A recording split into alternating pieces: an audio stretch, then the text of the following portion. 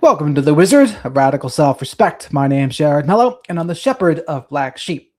About 30 minutes late today. I got caught up doing some things, and after these streams, it's harder for me to go to sleep, so I've been staying up later and later.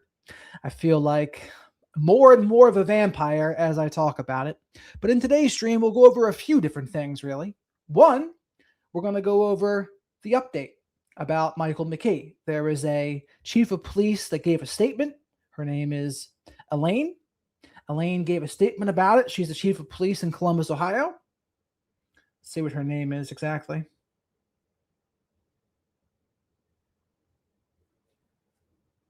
Let's see. Somehow her last name is escaping me. But she had said it's a domestic violence targeted attack. And the other important part was she said they searched Michael McKee's home, and in the home, there was weapons that are linked to the shells found at the scene of the crime. So what do you know? Welcome, Hot. Welcome, Honey. Welcome, Don't Get Cut. Great to have you all here. I have to look up what the name of the woman is. Elaine what? I can't believe I forget already. Let's see. Breaking news. And then we're going to go over the Alan Jackson interview, even though there's not much to go over with that. And then we might go over a little bit of the ICE nonsense, too, as a closing thought on it.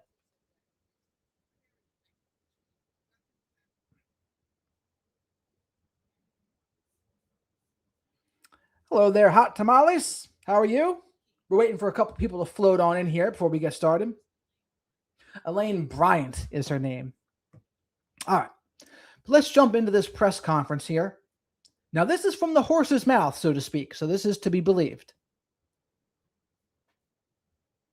Price is right now. We'll get you right back to the game. There's an update on a major case in Columbus. Columbus Division of Police providing an update. Elaine Bryant is at the podium. About it. So just wanted to go over a little bit of the timeline. On December 30th, 2025, at approximately 10:04 a.m., Columbus Police Patrol officers were dispatched to the 1400 block of North 4th Street on a well-being check. Officers arrived at scene and located the two adult victims suffering from apparent gunshot wounds. We now know that they were identified as Mr. Spencer Tepe and Mrs. Monique Tepe. Their two small children were also found in the residence, physically unharmed. On January 10th, 2026, detectives filed warrants charging Michael D. McKee, 39, with 2 counts of murder in the deaths of Spencer and Monique Tepe. Mr. McKee was arrested in Rockford, Illinois, without incident. He's currently incarcerated in the Winnebago County Jail and awaiting extradition to Columbus. We believe at this point, we have the person responsible for the murders of Monique and Spencer Tepe in custody, and that person is Michael McKee. This is still an active and ongoing investigation. Detectives are still going through evidence, tips, and videos. We can't speak to all the specific details related to this case, so we don't want to jeopardize the ultimate goal of conviction. But what we can say, this was a targeted attack. This was a domestic violence related attack, as we know. And what have I been saying? This came out earlier today. What did I say a few days ago? I said, this sounds exactly like a narcissistic person that is narcissistically abusing, using coercive control, and there was probably some sort of trauma bond. The clues, having to escape while Michael is at work and Monique needed to get her friends and family to help her move out. The threatening that Michael was going to move right next door to Monique, saying to her, basically, you are not going to be out of my control. I can do whatever I want, so I'll move right next door to you. And then when the family of Monique said, yeah, it wasn't a surprise. And that's only what we know. There could have been way more things that we don't know yet that would just really connect all the pieces of the puzzle. But given what little I had of it and just what I saw, if it looks like a duck and quacks like a duck, it's a duck. He is the ex-husband of Monique Tepe. We can say that we have the suspect's vehicle on neighborhood video surveillance arriving just before the murders and leaving shortly after. Detectives were able to link this vehicle to McKee. The vehicle was located in Rockford, Illinois, and evidence was found that showed McKee in possession of the vehicle before and after the homicides. We can also say that multiple weapons were taken from the property of McKee. And there is a preliminary link from our NIBIN to one of the weapons that ties it to the homicides. I want to say that our detectives work around the clock to be able to solve this case. And I believe that to be true. But the overall, like, just as from a criminal's point of view, all of this was so careless as well by Michael McKee, right? That's the other side of it to me, where, yeah, of course, one side of this is narcissistic abuse, coercive control, domestic violence.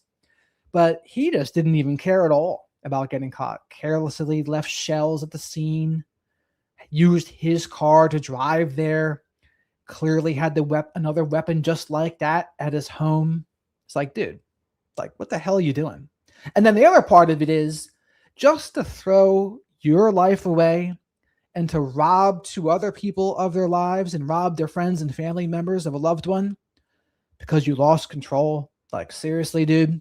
Like, that's the kind of guy that needs other men to, like, kick him in the ass a little bit and say, dude, like, what the fuck is wrong with you?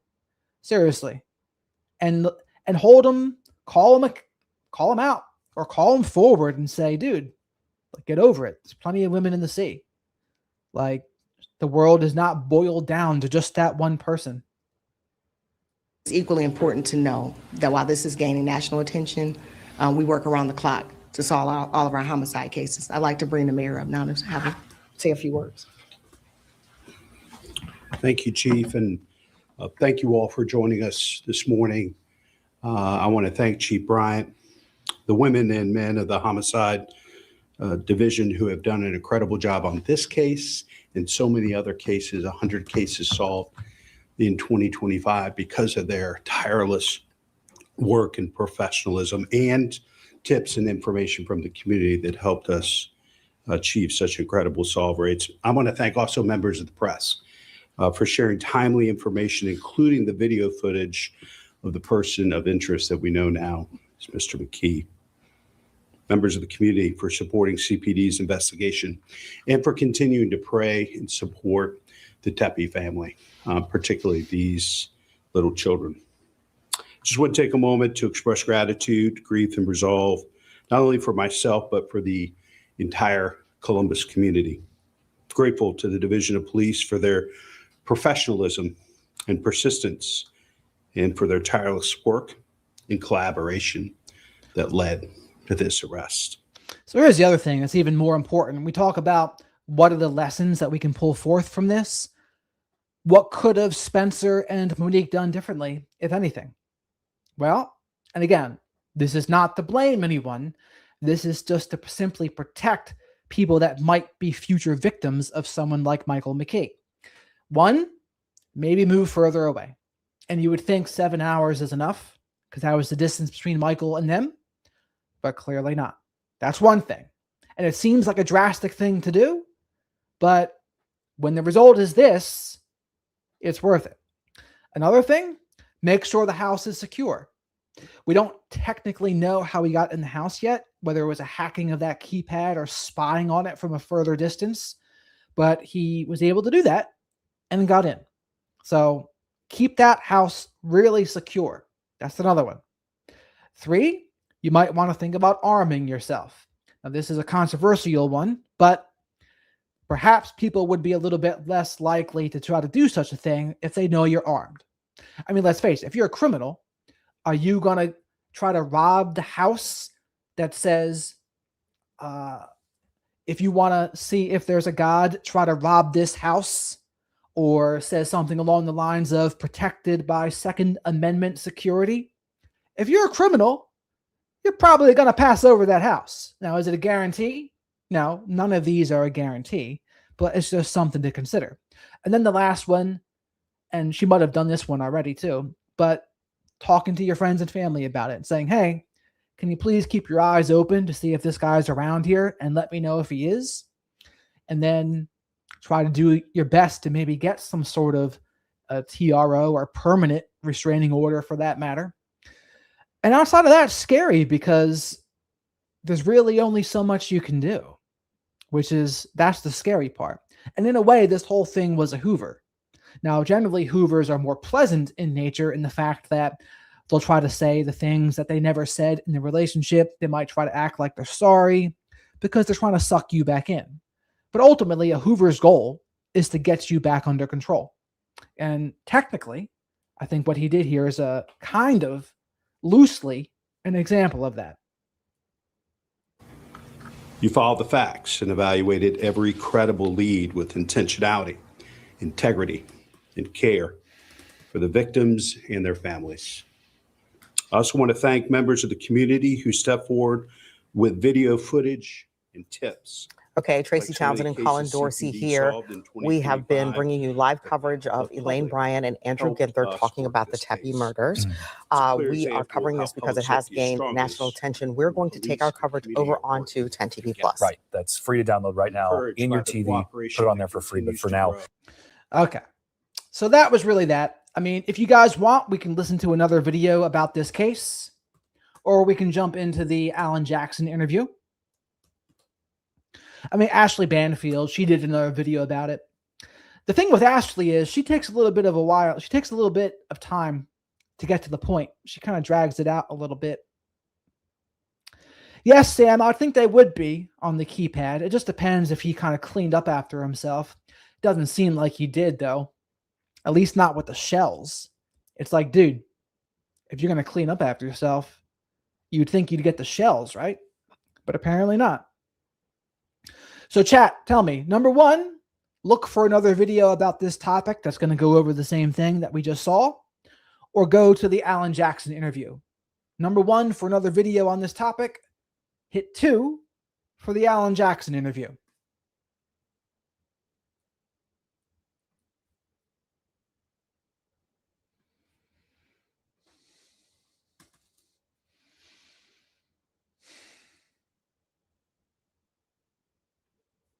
All right.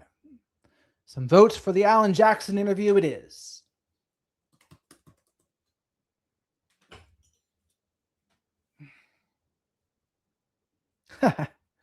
I love it when my stuff pops up.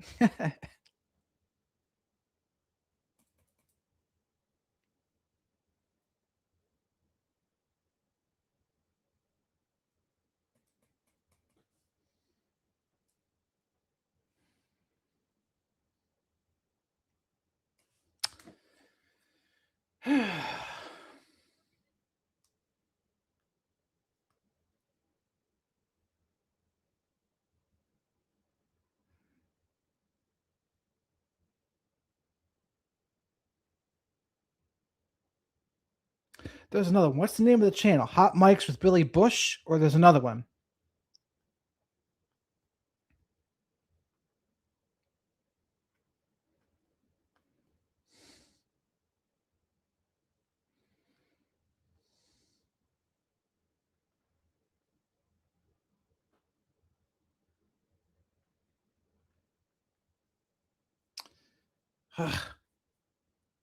Yeah, Billy Bush is what I thought. I don't know why it's not popping up.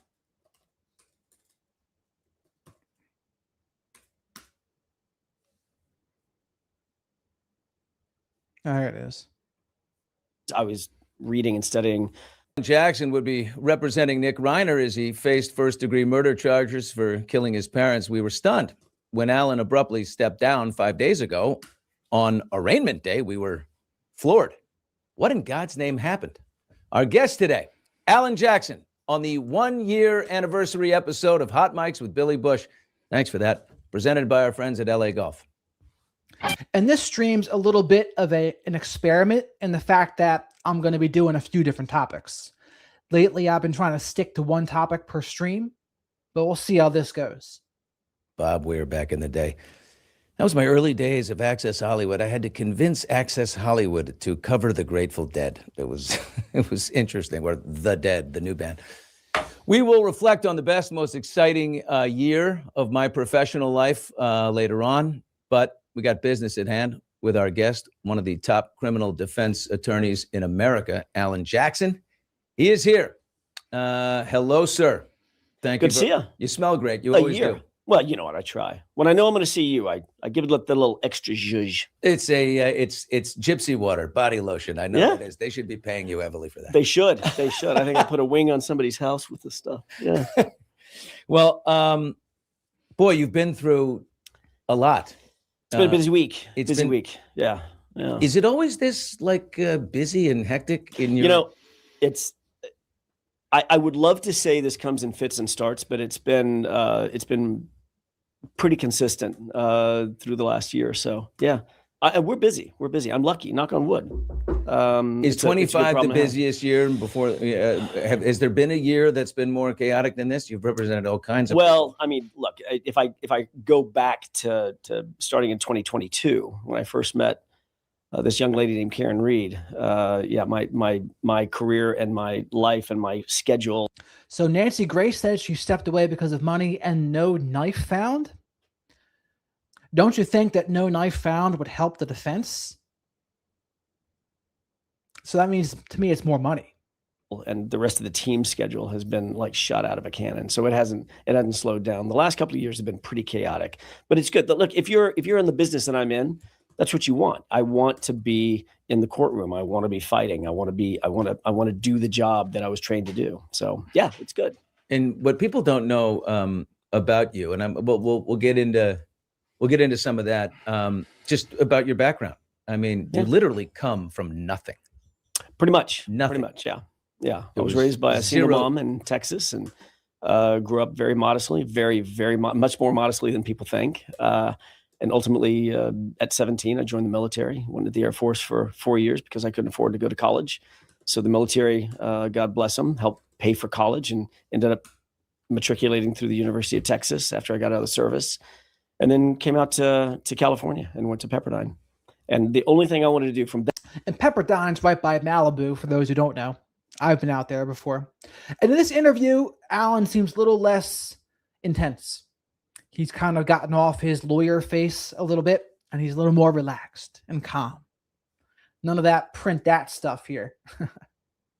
that, from the moment I walked into a mock courtroom at Pepperdine on the campus, I knew I wanted to be in the trial courtroom. I did not want to be a transactional lawyer. I didn't want to do civil work if I could help it, because I know that civil lawyers, as difficult as that job is, they don't go to trial quite as much as criminal lawyers. And so I wanted to be in the trial courtroom as much as possible. So I gravitated toward the DA's office, and that was my training ground.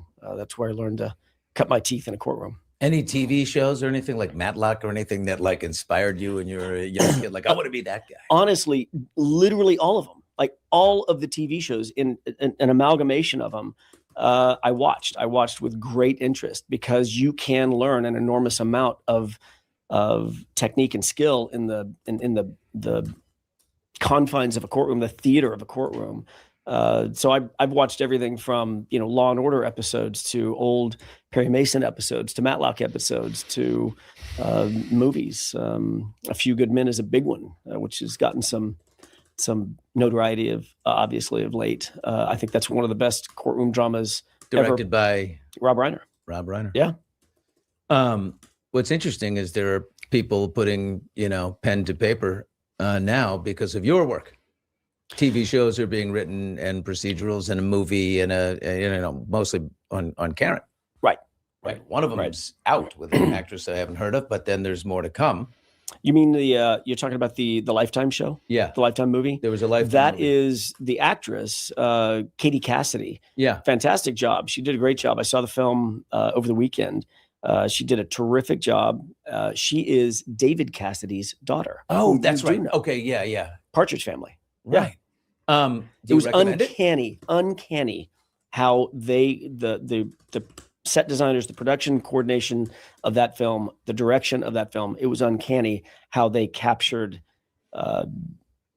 accurately, first of all, what Karen looked like, down to her shoes, down to her clothing that my character wore, down to the watch, and somebody found these bracelets. It was bizarre to watch. It was nuts. They found your love bracelets? Well, you call them. Do those bracelets, hold those up for a second. Do those have meaning?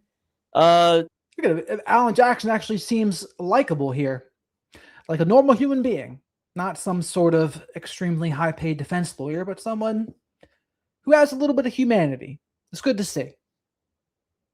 Well, they're designed by a guy named Din Van, a Parisian designer who I found the first one in France when I was traveling in France many years ago. And so I bought one, and then when I had my daughter, I bought the second one just to commemorate my love and adoration for her. So I wear these. I never take them off. How old is she?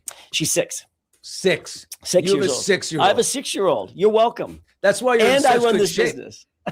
Oh my God, you work as hard as you do. You're in sick shape chasing around a 6-year-old. I That's thought right. it was complete discipline. Okay, so much to discuss, and but I do love the fact that a guy who grew up with absolutely nothing in Texas, buys bracelets from someone named Din Van. Can we just say? I could definitely see him being a Texas guy. Honestly, he looks like a little bit younger version of the modern day Don Henley. Don Henley, also from Texas, by the way. Don Henley being the front man of the Eagles. Kat would love to hear that if she's in the chat. That's America, baby. That's Take advantage America. of it. Yeah. All right. As I laid out at the beginning there, Sunday, December 14th, as evening approaches, we all get the story on our phones, as happens, that Rob Reiner and his wife, Michelle, have been stabbed to death in their home. Immediately, I was at the Rams football game that afternoon. I was having dinner with some guys afterwards, and I looked at it, and just because I had interviewed Nick Reiner and his father, Rob, years ago for their movie Being Charlie, I immediately knew in my gut. I said, "Oh my God, I think I know how this happened." To me, it's their son Nick. It has to be. When did you get the call? I can only, just as a caveat, I can only say what I said at the press conference that I issued right after I withdrew from the case. So I'm not going to be able to go much further than that. But at the press conference, as I indicated, I got the call. I was in New York at the time on another case, and I got the call in the very, very early morning hours of the 15th. It was just hours into the circumstances. Can I ask, was it family that called, or was it a representative or someone else? As I love to say, you can ask anything you want. Yeah. But I will not answer that. I also grew up watching Matlock, so we'll see how we do here. Had you read the news before? Was this out when you got the call? Can I say, was this like out of left field? Huh? What? Who? Or had you seen on your phone, like everyone else, that this? Oh my God, that this had happened? I was aware, but only within minutes. Minutes not before, just like serendipitous timing. Correct, Someone had correct. said, "Oh my God, can you hear about this?" And then all of a sudden, your phone rings. And Yeah, it's so like, I was deeply invested in the case that I was out in New York for, which is what I do. I tend to get hyper focused. Whatever I happen to be working on at the time, that is my focus at that moment. And so I was not reading social media. I wasn't reading the news. I was reading and studying the circumstances surrounding the case. So that's a question for the chat. Who do you think called Alan Jackson? Was it Romy or Jake Reiner? I would say most likely. Who the hell else would it be? What do you think, chat? I was out in New York for. So I was a little bit in the blind, but I found out close enough in time, about the same time as everybody else. We are, by the way, it's going to take all of us, Matlocks. We're going to have to work as one here. So the chat section is wide open. We are live as live can be. So Steve, if you see anything, and guys in the control room there, if you see anything that, a question. Yeah, we're on it. We'll And certainly. There's a lot of people in for sure. So there's a lot of people. People love in. Alan Jackson. Yeah, I say welcome. Thank you for, to all of our loyal audience who has been with us for the whole year, and to all of my former television colleagues who are watching now because of our guest. But anyway, so you get this call. I'm going to ask you, but Sure. were the siblings sort of immediately? But here's the thing. Does Nick even have friends? I don't know if we even know that he does. I would say it's probably Romy or Jake. I mean, Romy probably told Jake, and Jake probably did it at first. But they had a change of heart, I think, too. And as far as we know, I mean, have any friends of Nick Reiner come forward to talk about this? You would think they would have if he had any, but I don't think he really had any. I think he was more of a loner. Wanting to help Nick? Was the person on the other end of the phone call, this was, we want, as tragic as the event is, we want to help our brother too? Again, I don't mean to be coy, and I know you got to ask the questions, and a lot of Yeah. people are interested, but I have to show fealty and loyalty to the confidentiality that attends that kind of phone call, that kind of communication. I can tell you that immediately thereafter, I dropped everything. I sent out a notice to my team here back in Los Angeles.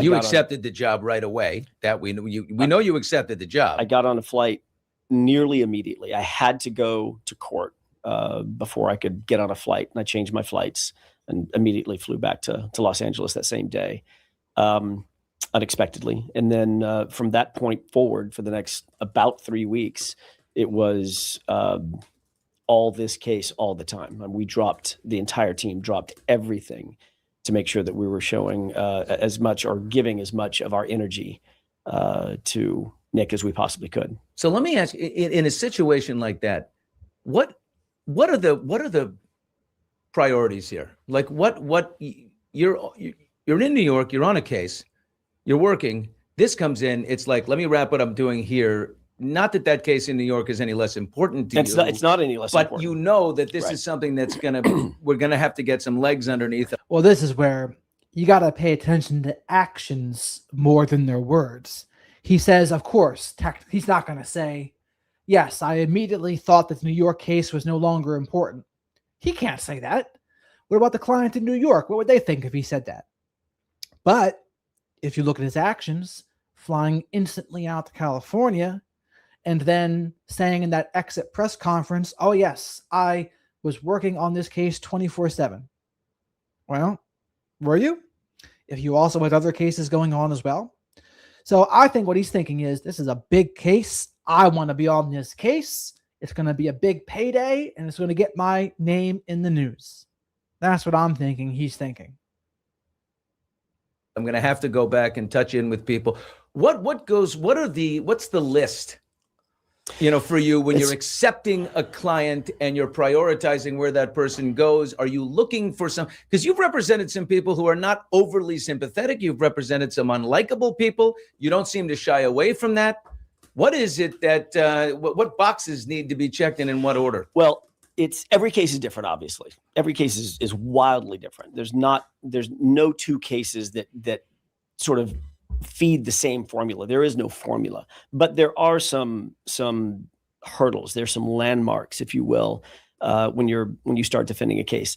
I could be brought on just before trial. I could be brought on when the case is nearly about to settle. I could be brought on at any point during the life or the arc of the case. So different priorities for each one of those circumstances. Sometimes you're brought on a case and it's complete and utter triage mode. That was this case, obviously. Drop everything, get back here, and start putting together as much as we can to envelop the client in the protections of the Constitution. That is what I have fealty to. So I couldn't care less. By the way, you mentioned, well, there's certain people that are not as popular that you've represented. My job is not a popularity contest. My job is to protect the Constitution, and I do it for any and every citizen that contacts me, and I'm hired by them. But sometimes that deflects off onto you. Like, why would Alan Jackson, people don't get that. They don't care. If it deflects off on me, then why would you represent Harvey Weinstein? Why would you do anything with that man? Or Spacey, Kevin Spacey, if they feel that way. Every single person, every citizen in this country is entitled, before they are committed, right? Before they are committed to a prison cell, before they're committed to a conviction, before they're committed to a trial, every single citizen has the exact same series of constitutional rights, and they are embedded in the fabric of our society. It doesn't matter who you are. It doesn't matter what you're accused of. The government has to get it right every single time, right? They don't have to just get it right. They have to get it perfect every single time. So I don't discriminate between client to client, who did what, or to whom, when, and where. That is not for me to judge. My judgment and my loyalty and my fealty, my focus, hyper focus, is on making sure that the government gets it right. At some point, Billy. And again, that's a good goal. But the thing is, as a defense lawyer, you're going to have to be okay with defending people that are guilty. That's part of the job. And that's something that a lot of people just wouldn't want to put themselves in that position. Because think of all the crimes out there in the world. There's all sorts of terrible crimes. And there's a lot of people that think to themselves, you know what? Yeah, they need a lawyer. They're entitled to that. But it's not going to be me. I'm not going to do it. And the flip side of the coin is the prosecution. But the thing with the prosecution is there's never going to be as much money in the prosecution as there is in defense. Why? Because massive celebrities and whatnot will need defense, whether it's O.J. Simpson and Johnny Cochran, Alan Jackson and Karen Reed, or Harvey Weinstein, or Alan Dershowitz and Jeffrey Epstein. There's a lot of money in defense. So it's certainly it's morally questionable for sure, especially if you know you're lying. And some people wouldn't be able to do that. But that's part of the job of being a defense lawyer in particular. Not as much of the job as being a prosecutor. But this is why Maynard said in the song Tool the Pot, liar, lawyer, mirror, tell me what's the difference? It's a good question. There's a point at which the government intends in a criminal case, most criminal cases, if it includes a prison sentence, they intend to take the most valuable thing you have as a human being away from you. That is your liberty. You're sitting at that desk. Yep. You're sitting behind that microphone because you chose to, right? You drove here this morning because you chose to. Now, switch that. You no longer get to choose what you wear in the morning.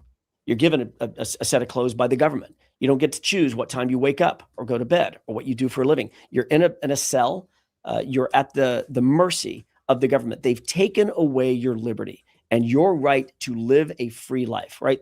That comes with consequences, meaning it comes with consequences for the government. Before they can take those rights away, you damn well better get it right. You better cross every T, you better dot every I, you better make no mistakes, you better not cut any corners. And that's where I step in.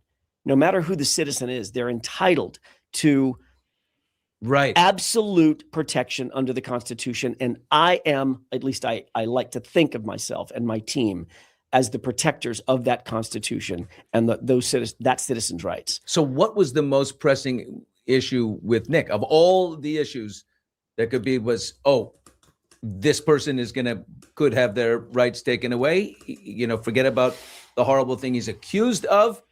Or was it, this is high profile, this is good for the business, we're gonna, no, I don't care about I don't know in advance what's going to be high profile and what's not. I mean, I don't believe that.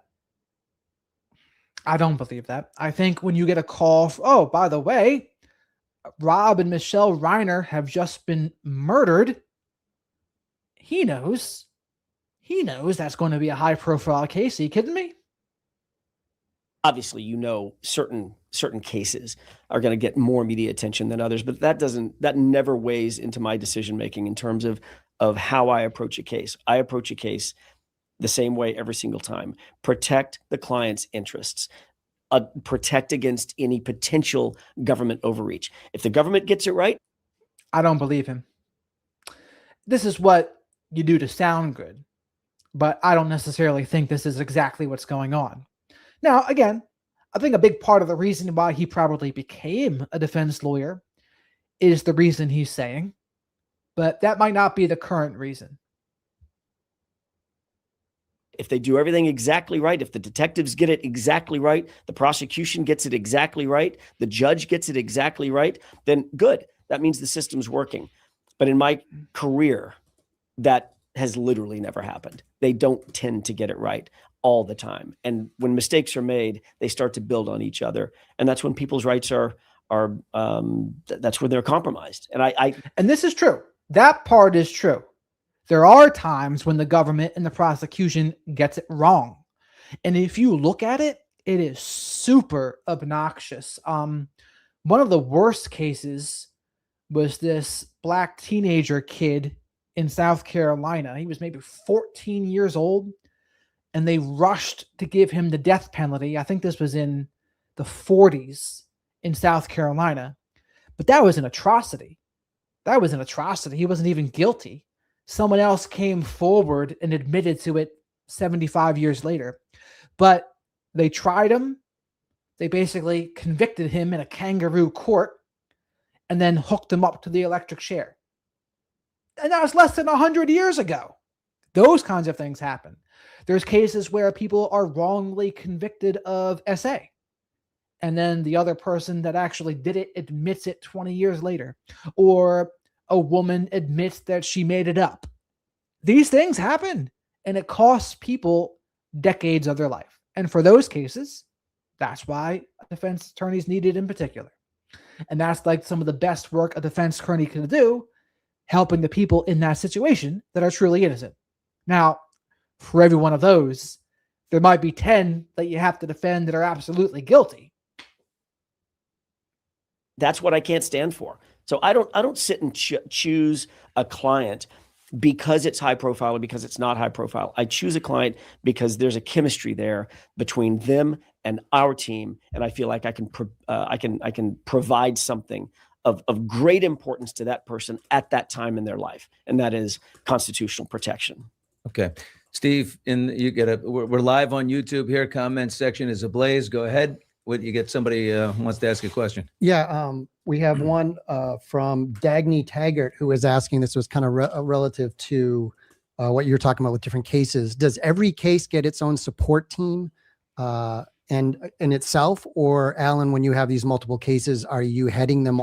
Emmett Till is, I think, who I was talking about in South Carolina. That's the kid that was, 14 years old? And they convicted him in South Carolina and gave him the death penalty. And then someone else, that's the kid's name. All with different teams for each one is one thing. And then I have another question before I give it to Ellen. From me, you're talking about you don't know if cases need to be famous. When you started with Karen Reed, was there any idea where Karen Reed would end up when you started it? Was this something that was going to kind of so explode? good questions, both of them. No. To answer the first question first. No, that's a different story. He was lynched in 1955. The person I'm talking about, I'll look up his name too. Completely depends, right? It depends on what our staffing is. It depends on how big the issues are that we're dealing with at the firm, as to how many folks we staff on a particular case. I'm lucky. Again, I'm very fortunate. I've got some of the best lawyers in the country working for us, and so I can pick and choose, and I have to pick and choose. Sort of as a field general, I have to make decisions about this situation has to be dealt with in this silo. I have 2 or 3 lawyers that are really expert at that particular thing. May it be a motion writing, discovery issues. The case I'm thinking of is George Stinney. George Stinney Jr., October 21st, 1929 to June 16th, 1944. So he was 14 or 15. He was an African-American boy who was wrongfully executed at the age of 14 after being convicted during an unfair trial for the murders of 2 white girls, 11-year-old Betty June Binnicker and 8-year-old Mary Emma Thames, in his hometown of Alcaloo, South Carolina. He was tried, convicted, and sentenced to death on a single day in April 1944, and then executed by electric chair on June 16th, 1944. Notice back then, there's no 20 years of appeals either. And granted, it's during World War II as well. After Governor Olin D. Johnson refused to grant him clemency. A re-examination of Stinney's case began in 2004, and several individuals and the Northeastern University School of Law sought a judicial review. Stinney's murder conviction was vacated in 2014, with a South Carolina court ruling that he had not received a fair trial and was thus wrongfully convicted. Stinney is the youngest American with an exact birth date confirmed to be both sentenced to death and executed in the 20th century. That's wild. Forensic evidence, things of that nature, and we'll decide amongst ourselves how we're going to staff up the case. And Better Call Saul fans would know that, HHM can always call Davis and Maine and, hey, we need a little help in this particular area. Exactly. You can call in some subcontractors. Yeah. And if we need to, we do. And a lot of that is that propels the next conversation on who we need in terms of experts to come in either from a particular field, medical experts, forensic experts, computer experts, whomever. So that the staffing all depends on how the case starts to unfold in front of us and what our strategy is moving forward and how we want to defend the case. In terms of publicity, to run Steve's second question, no, when I went to in September of 2022, I knew that there was some local media that had interest around Karen's case. The first time I went to court, they didn't know me, I didn't know them. The media, there were probably, I don't know, I want to say 3 or 4 or 5 cameras. Yeah, you actually run the risk of being a carpetbagger, right? They're bringing in the LA guy. For sure. And Boston, is wicked local there. Who's this guy over there, Mr. Slick, and his nice local suits over there looking, fit and all that. There you go. And you come in. So I had no idea that it was going to catch fire the way that it did. There was, as you know, there was a local, there was local interest in Karen's case, and there was a young man who we owe an incredible debt of gratitude to, Aiden Kearney, Turtle Boy, and he took the mantle of this situation, of this case on. And began the process of making sure that he was reporting on it every single day. He was getting the word out there. That started to catch fire. And then one thing led to another, and it sort of self-generated and began to explode. And the next time I went out to court, there was, instead of 5 cameras, there were 25 cameras. And the next time I went to court, there were 50 cameras. And then the 100 people turned into 1,000, turned into 5,000. It became a traveling destination. I talked to people who came from Ireland. Oh yeah. No, who were out there in lawn chairs and pink T-shirts. Yep, and, same thing. We had folks that would when we would drive up at the very end of the case, by the time it had gotten to its zenith, its highest point, truly there were people who would shout at us words of support from Australia, from China, from Ireland, from all over the world that came to the location to catch a glimpse of Karen Reed and her team. What a scene. I've got so many more questions on that front and where that's actually going, but let's go back to the courthouse. The arraignment was last Wednesday for Nick Reiner. I was floored. I was stunned when all of a sudden you're on the courthouse steps and you are backing away from the case. So let's play the tape of Alan outside the courthouse here. We've investigated this matter top to bottom, back to front.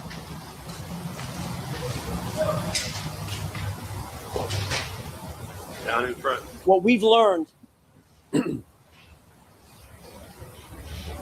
you can take this to the bank, is that pursuant to the laws of this state, pursuant to the law in California, Nick Reiner is not guilty of murder. Print that. Print that. For a guy backing away. And Alan Jackson's like, that was a damn good performance, wasn't it, Billy Bush? From a case, you're doing a nice thing for the public defender who's coming in because you're a very well-known and very well-researched and intelligent criminal defense attorney who just, set the tone.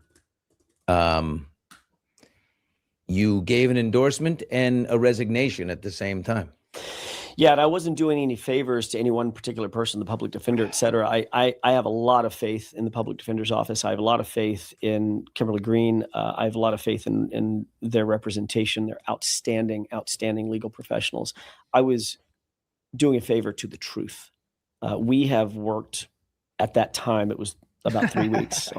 I'm gonna steal that expression. Whenever I need to say something, I'm doing a favor to the truth. Or it's like that video, or excuse me, the series about Chernobyl. Every lie incurs a debt to the truth, and sooner or later that debt must be paid. But I like I'm gonna give a favor to the truth. I like that. Let me make sure I hear it correct. Print that. For a guy backing away from a case, you're doing a nice thing for the public defender who's coming in, because you're a very well-known and very well-researched and intelligent criminal defense attorney who just, set the tone. You gave an endorsement and a resignation at the same time. Yeah, and I wasn't doing any favors to any one particular person, the public defender, et cetera. I have a lot of faith in the public defender's office. I have a lot of faith in Kimberly Green. I have a lot of faith in their representation. They're outstanding legal professionals. I was doing a favor to the truth. We have worked at that time. It was doing a favor to the truth. That's going to be what I borrow from Alan Jackson. And apparently he's 61. He didn't look like he was 61. I could say 50s is what I would have thought. Early 50s. About 3 weeks, almost to the day. We had worked tirelessly, nearly every waking hour, our entire team. And you saw the team behind me. Nearly my whole firm was commissioned with the responsibility to research this case, investigate the case, and do what we felt like we needed to do to get prepared for the beginning stages of the case, which is always the most stressful, right at the beginning stages. And it was important for me to right some wrongs that had been printed. Lots of speculation, lots of people who want to believe certain things. And so with that statement, that's as far as I'm going to go.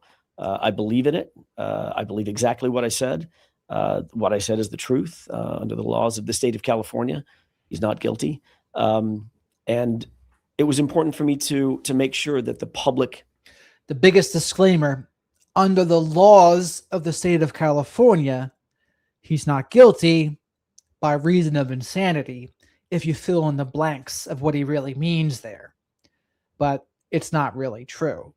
I don't think he's going to be able to pull off this NGI. Understood that as I had to step away. So the big question everybody's wanting to know the answer to is, why did you step away?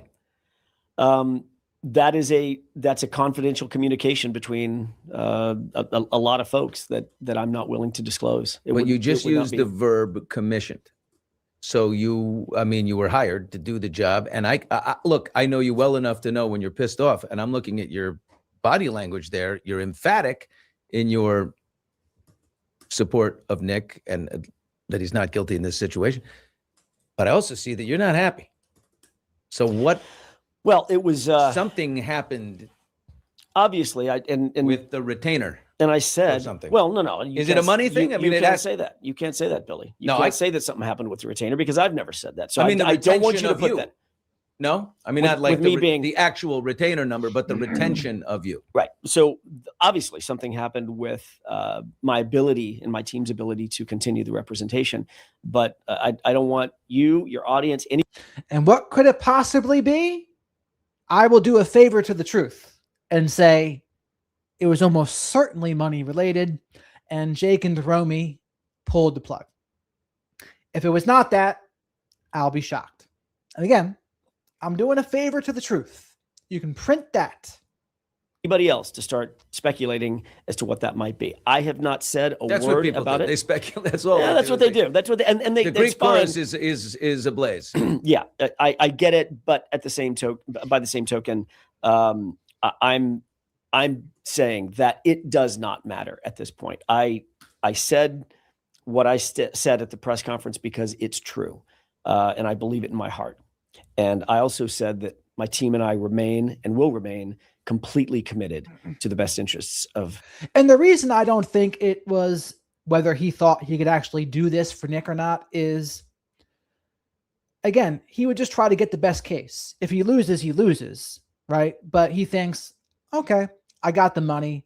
I'll try to get him the best possible scenario for him, whatever that is. And yeah, he might lose. Will that give him a tarnish on his reputation? I mean, probably not. There's only so much you can do. If the person's truly guilty, what can you do? And all the evidence points in this direction, what can you do? All you can do is try to give him the least harsh punishment at that point. And maybe NGI was trying to bite off more than he could chew, perhaps.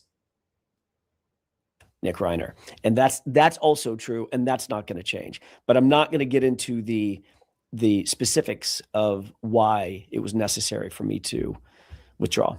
Is there any chance that you could rejoin the case, or is the ship 100% sailed? The withdrawal is in the books. The court has relieved me of his counsel, and that's where it stands moving forward. Okay. Did you meet with Nick? What is? Someone said to me, actually, Jimmy sent me this, the mod, who is absent, by the way, the merit. He said that he sent me something that said 25% of NGI cases actually succeed, which I thought was a high number. I wouldn't have thought it was that high, but apparently 25% of them do succeed. But that also means 75% of them don't succeed. Have you been able to? Can you describe what is he like? What is his psychological, emotional state? Is he conversant? Is he? I know there's a lot of interest. I know there's a lot of interest in that, but I can't go into that. That would be impertinent. That would be no. I can't go into that. In a period of 3 weeks, taking on a case like this, all of a sudden. What kind of work goes into something like that? What's the first thing that you do? In any case, I'm not going to relate this specifically to right, just in general, like something my like it. representation of Nick. Yeah, but in any case, the first thing you need to do is try to communicate with the district attorney's office and get as much information as you can from them. They always end up with the information. And the district first. attorney in this case is Nathan Hochman, who, right? Yes. He's the DA. He's not the deputy DA that's handling the case. So he's the DA, but he's the ultimate voice on the other side, Correct. right? He said, Correct. I'm very confident that there will be a full, conviction, and this guy will be found guilty. We know where he stands. He but of course, welcome to his confidence. He defeated George Gascon. His predecessor was known as soft on crime. Right. So he kind of ran on I'll be the opposite of George. Right. So he's going to be, which is for you, it's going to be like, okay, he's got to prove himself on every front, but he's a serious guy. We have respect for Nathan. Sure. But he's sort of laid out that he is confident there will be a full conviction. So Kimberly Green is the public defender who's Right. now running the case. Right. But either if it's you or her, you're still up against the DA who wants a conviction. So I would presume The DA always wants a conviction, or why are they going to bring the case to court? Why are they going to, what's the word for it? Not arraign, but indict. Why are they going to indict them if they don't want a conviction? Like, ethically, that every DA who brings a case wants a conviction. They better. Right. They better think that they have the evidence to prove. that's right. Alan Jackson's dead right. Absolutely. Beyond a reasonable doubt to 12 independent thinkers that so-and-so is guilty of such and such. They better. Otherwise, it's unethical. It's an unethical prosecution from the beginning. So he and Nathan and his deputies can believe what they want. I don't fault them for that. I believe that at the end of the day, that's why we have trials. That's why we have trials. And that's why there is supposed to be an inherent fairness in terms of sharing discovery. So as I started to say a second ago, in any case, doesn't matter if it's this case or any other case, the first thing that you have to do is try to gather information. Information is power, right? So the first thing we do is reach out to the DA's office and say, give us everything that you've got, everything that you can possibly, that you remotely have in your possession or should have in your possession. Go out and get it, give it to us.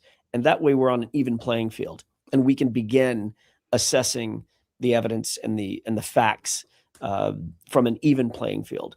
That's the first thing to do. And so that takes an enormous amount of energy to download. You're drinking from a water hose, or from a fire hose, I should say, right at the very beginning. So you're uploading and onboarding an enormous amount of information. So everybody's on the same playing field. So it's And to note, I did get my Facebook back, and then even more importantly, I was able to update my payout information and kick out the hacker.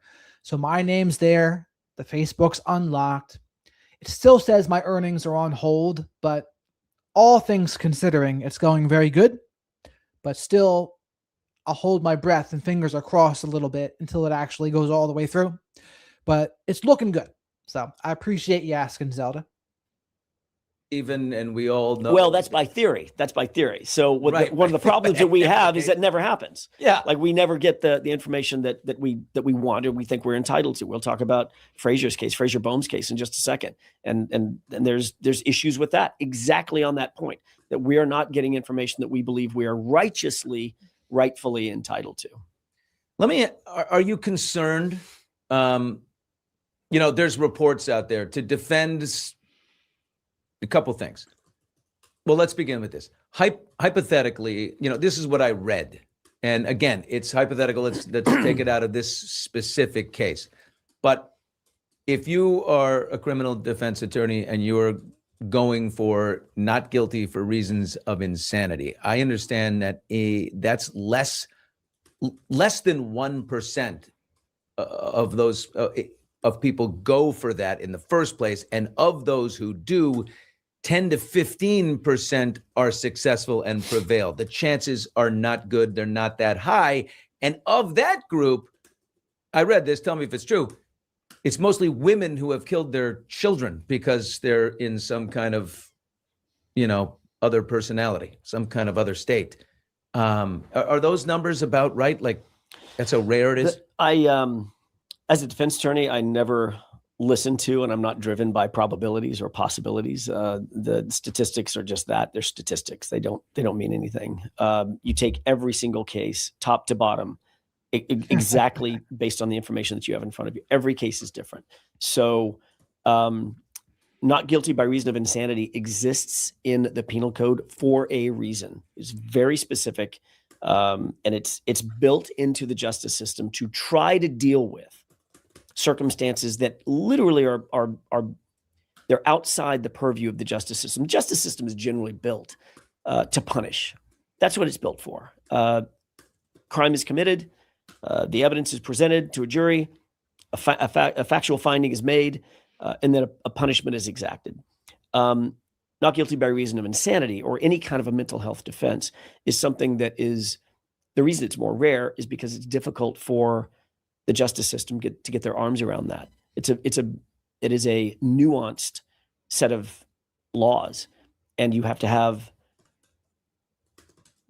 quite a capable set of lawyers marshaling that evidence and trying to get through that very labyrinthine set of laws. That's why it's rare. I don't care if it's. Does it cost more the more high profile someone is?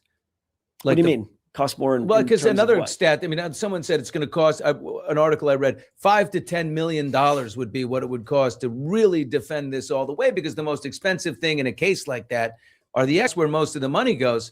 But if you're someone with no name and your father was not a huge beloved director, would it cost less? Where the streets have no name, as you two would say. Or is it always going to be that much money to get that type of ruling? Profile, if a lawyer is doing his or her job, a defense lawyer is doing his or her job, the profile is of no moment. It's of no factual moment in terms of deciding how to defend the case. You defend the case as Melissa, thank you very much for becoming a member. Sooner rather than later, there might be some member-only live streams at a point. We'll see how that goes. If there's interest for that and we can coordinate it all. Hard, you go at it as hard and as tough as you would if somebody has more anonymity, as you would if somebody has notoriety. It doesn't matter. That means nothing. People don't charge. I cannot imagine that an expert would charge a different rate because of the notoriety of the client that person is representing. Is there something that's happening out there with this case and the talk around this case? And by the way, I'm looking in this chat section. These people are like debating the hell out of each other. It's wild in here. It's kind of great. Steve, if you see anything that you want to bring out, I mean, there's so much has been said. There's so much innuendo. There's so much talk about it. Is there anything you've seen that you, I don't know, want to address or like would address on Nick's behalf? No.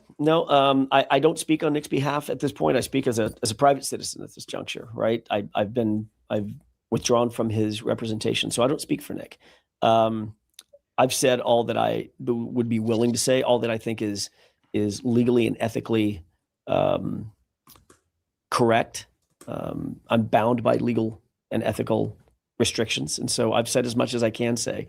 People are going to speculate. I will say this: Billy. I've known you for a while, and you are, I mean, no different on than you are off. I mean, you are ethical and tough.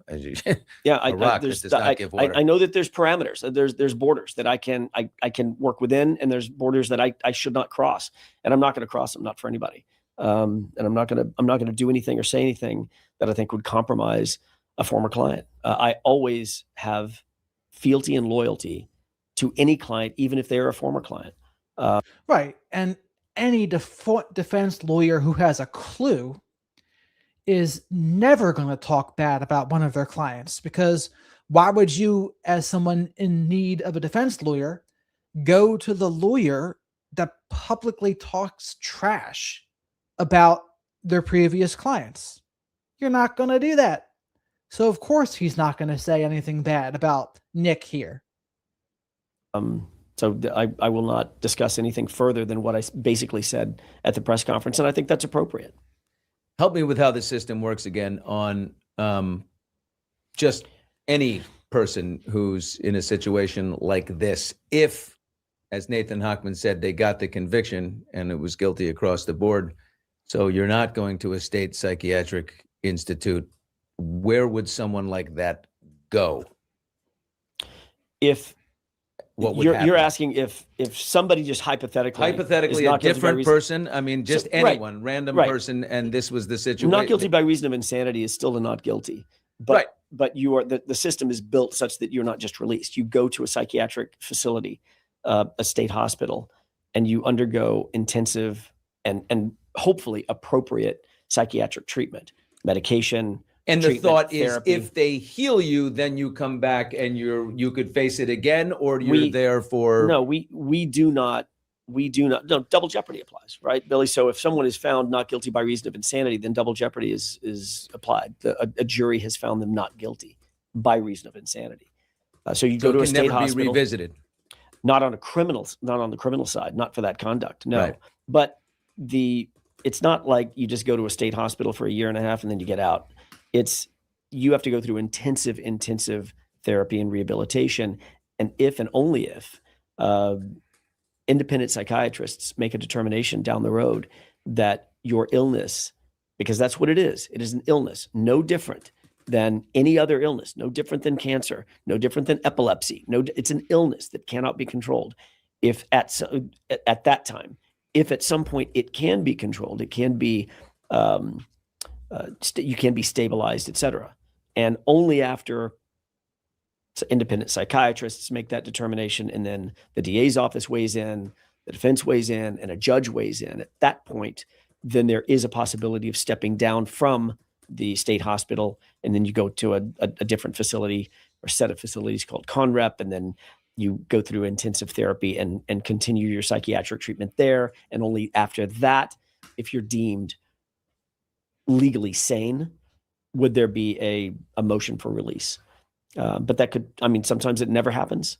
So sometimes it takes decades. But if there's conviction and, as Nathan Hochman said, he feels confident that would be, what would then happen to a person like that? They would go right to level 4 maximum security, like the worst of the worst, the stuff we see. If someone's convicted, Mayor of Kingstown. Yeah, it's someone's convicted. Someone's convicted. Period. Full stop. It's no different than anybody else. You just go to a prison facility, and you live out the rest of your natural born life. If it's life without parole, you live out the rest of your natural life in a prison cell until you die. Wow. That's just Right. These are binary.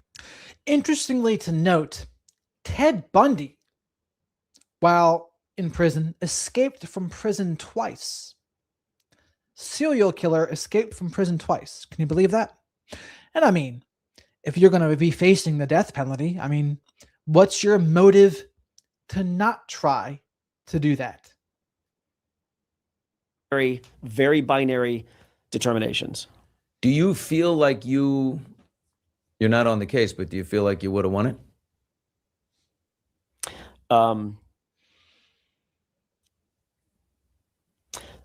Hesitation is everything. So he hesitated. He thinks he wouldn't have won. Or at least if he didn't think that, he was not confident with his response. So we're going to teach you sub-communication on this channel as well.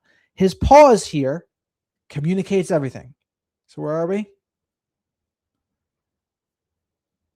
Kingstown? Yeah, it's someone's convicted. Someone's convicted. Period. Full stop. It's no different than anybody else. You just go to a prison facility, and you live out the rest of your natural born life. If it's life without parole, you live out the rest of your natural life in a prison cell until you die. Wow. That's just right. These are binary, very binary determinations. Do you feel like you're not on the case, but do you feel like you would have won it?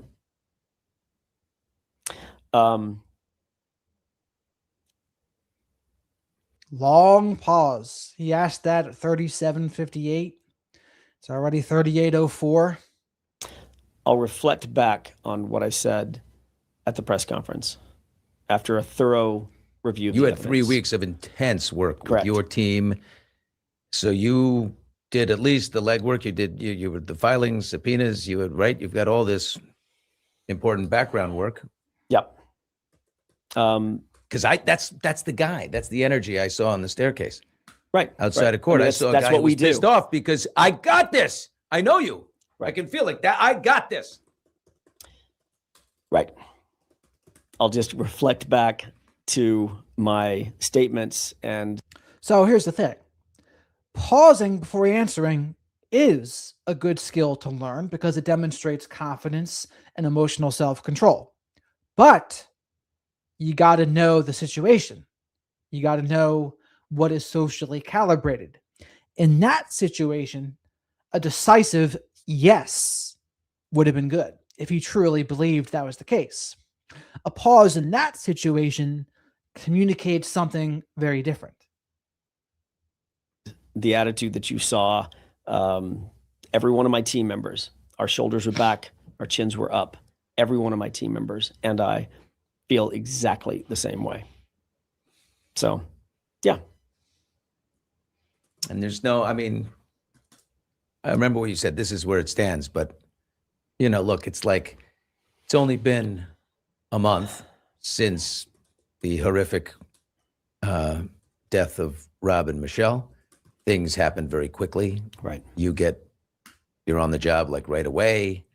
You throw yourself into it. The only possibility that doesn't have to do with money that I might entertain a little bit, and I'm not even saying this is true, but maybe Hollywood would really sneer and be very unhappy with anyone that defended Nick because of how beloved Rob and Michelle Reiner were. That might play into it a little bit, but I don't think so. I think they know this is Alan Jackson's job. It's what he's supposed to do. But I thought it was interesting when someone brought that point up. Imagine the emotion for the family, like what they're going through, the brother, the sister. Devastating. They don't know they've lost their parents, yet they love their brother. They don't know that's chaotic. I can't imagine that it's settled down. It's only been a month, and it was just so deeply emotional and scarring. You said that's where it stands now. Who knows where this gets going? But once a case is in the hands of a public defender, can it come out? Once I'm Once I'm done, I'm done. I've withdrawn. That's all I can say. I've withdrawn. Okay. Okay. So much to discuss. Your friend now. I mean, after all you guys have been through, Karen Reed. Yes. Right. She's facing she's defending against a civil case against the O'Keefe families. Filed one against her and Right. 2 bars. Right. And she's also filed her own, which has gone to, right? It's going to be in a federal court. Correct. So there's that. You're representing Fraser Boehm, a young man who had a horrific accident on the PCH, Pacific Coast Highway in Malibu. Right.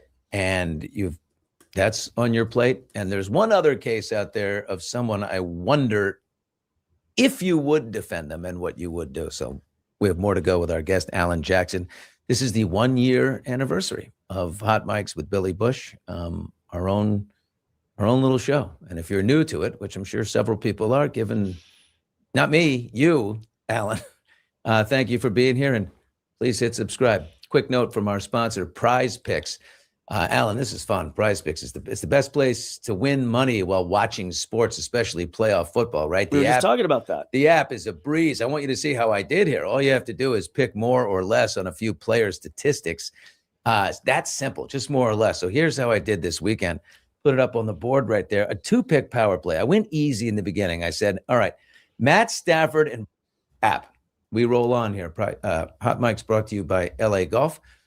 Okay. I'm going to download it right now. It's easy. It looks you don't easy. have, it's more or less. That's it. Yeah. Okay. So Karen Reed, you talk often, right? She has become a friend. You've been through it all together. Yeah. Very good friend. Where does it stand with her? There was talk that, between the civil trials, the one that's coming against her and the one that she's going after, Right. all those people that were in that house, the McAlberts, Right. as they're known.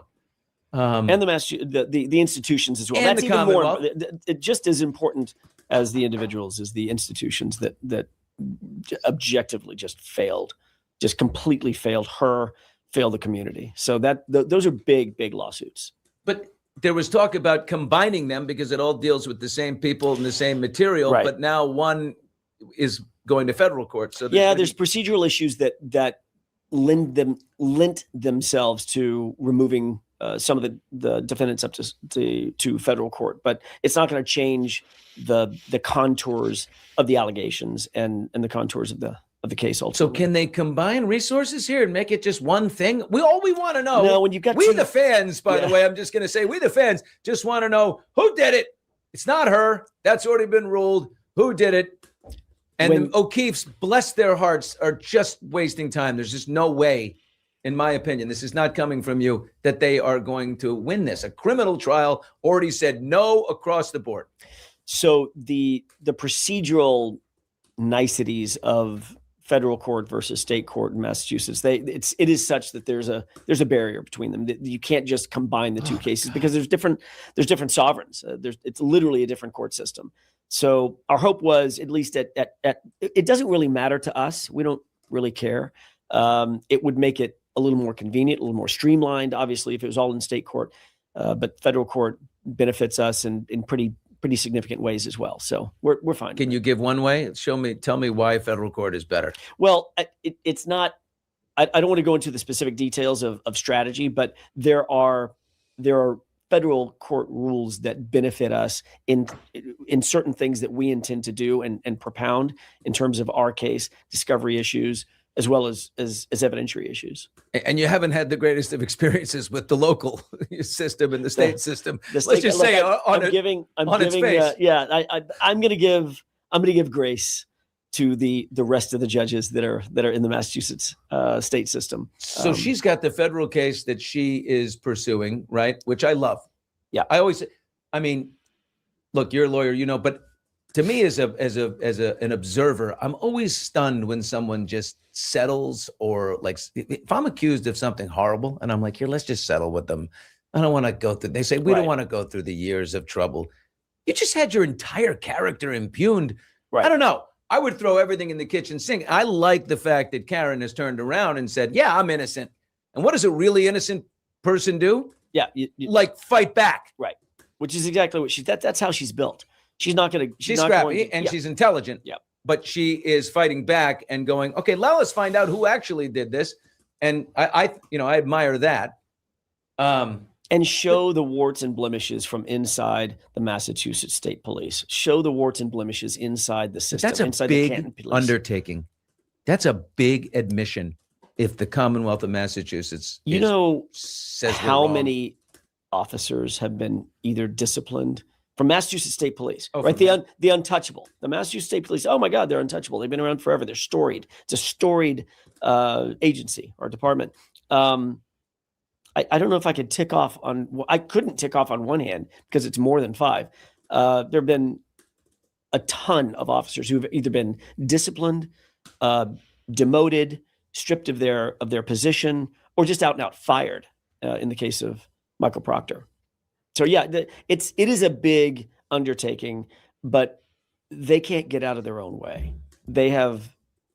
We have exposed such a core level of corruption within the Massachusetts State Police, a cancer within the Massachusetts State Police, as has been alleged in the lawsuit, that they're not going to fare well. They're not going to fare well at all. I have spoken to Karen only briefly. I don't know her like you know her. But she spent 3.5 years of her life doing this, and now it's going to be more. She's got a civil trial again against her, and the federal that she's, playing offense. Psyche-wise, like she's in the prime of her life, right? She was in a relationship. There's the sweet things in life ahead, but this is going to become, in the end, what, like 6-7 years? This is a life defined. Can she handle, like, what? How does she take care of herself? Is she in a good headspace to deal with all this? Can she handle it? Absolutely. Yeah, like you said, Billy. At some point, there comes a time when you say, "Okay, I'm not going to be the victim anymore. I'm not going to be the target anymore. I'm going to go out and start throwing my own haymakers." And that's what she's doing. She's in that mindset. If everybody went away. I don't know that would make her happy. She is a fighter. She wants resolution. And she has a right to it. She has a right to it. What the Massachusetts State Police did, this investigation that was so broken from the very beginning, that led, in no small part, it led to her having to go through these last 3.5 years that you just mentioned of being targeted and feeling like she was on the back of her heels. She's entitled, and good for her, of wanting to fight back and establish what the true facts are. And those. All right. I don't know much about that case, so I have no interesting commentary for you all.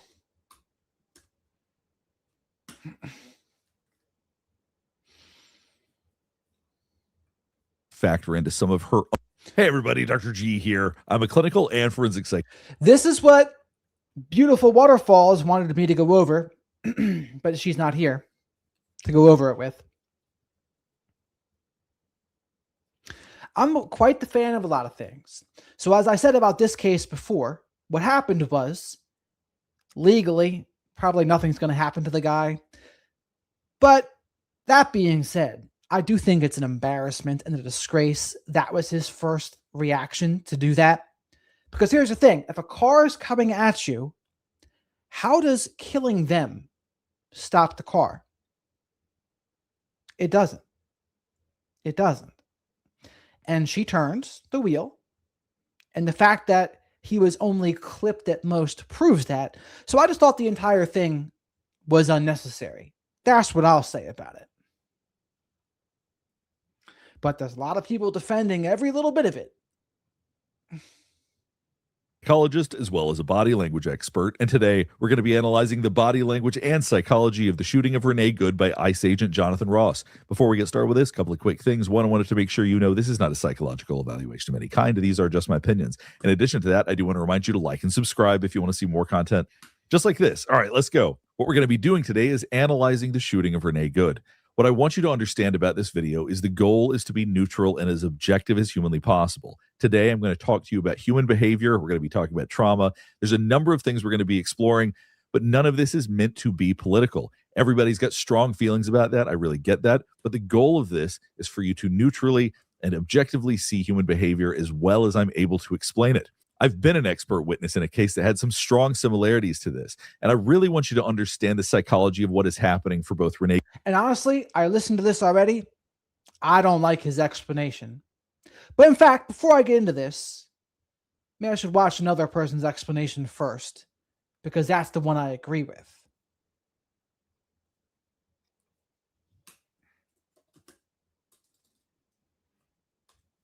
So Jesse Ventura says some good stuff about it that I think he's dead ass correct.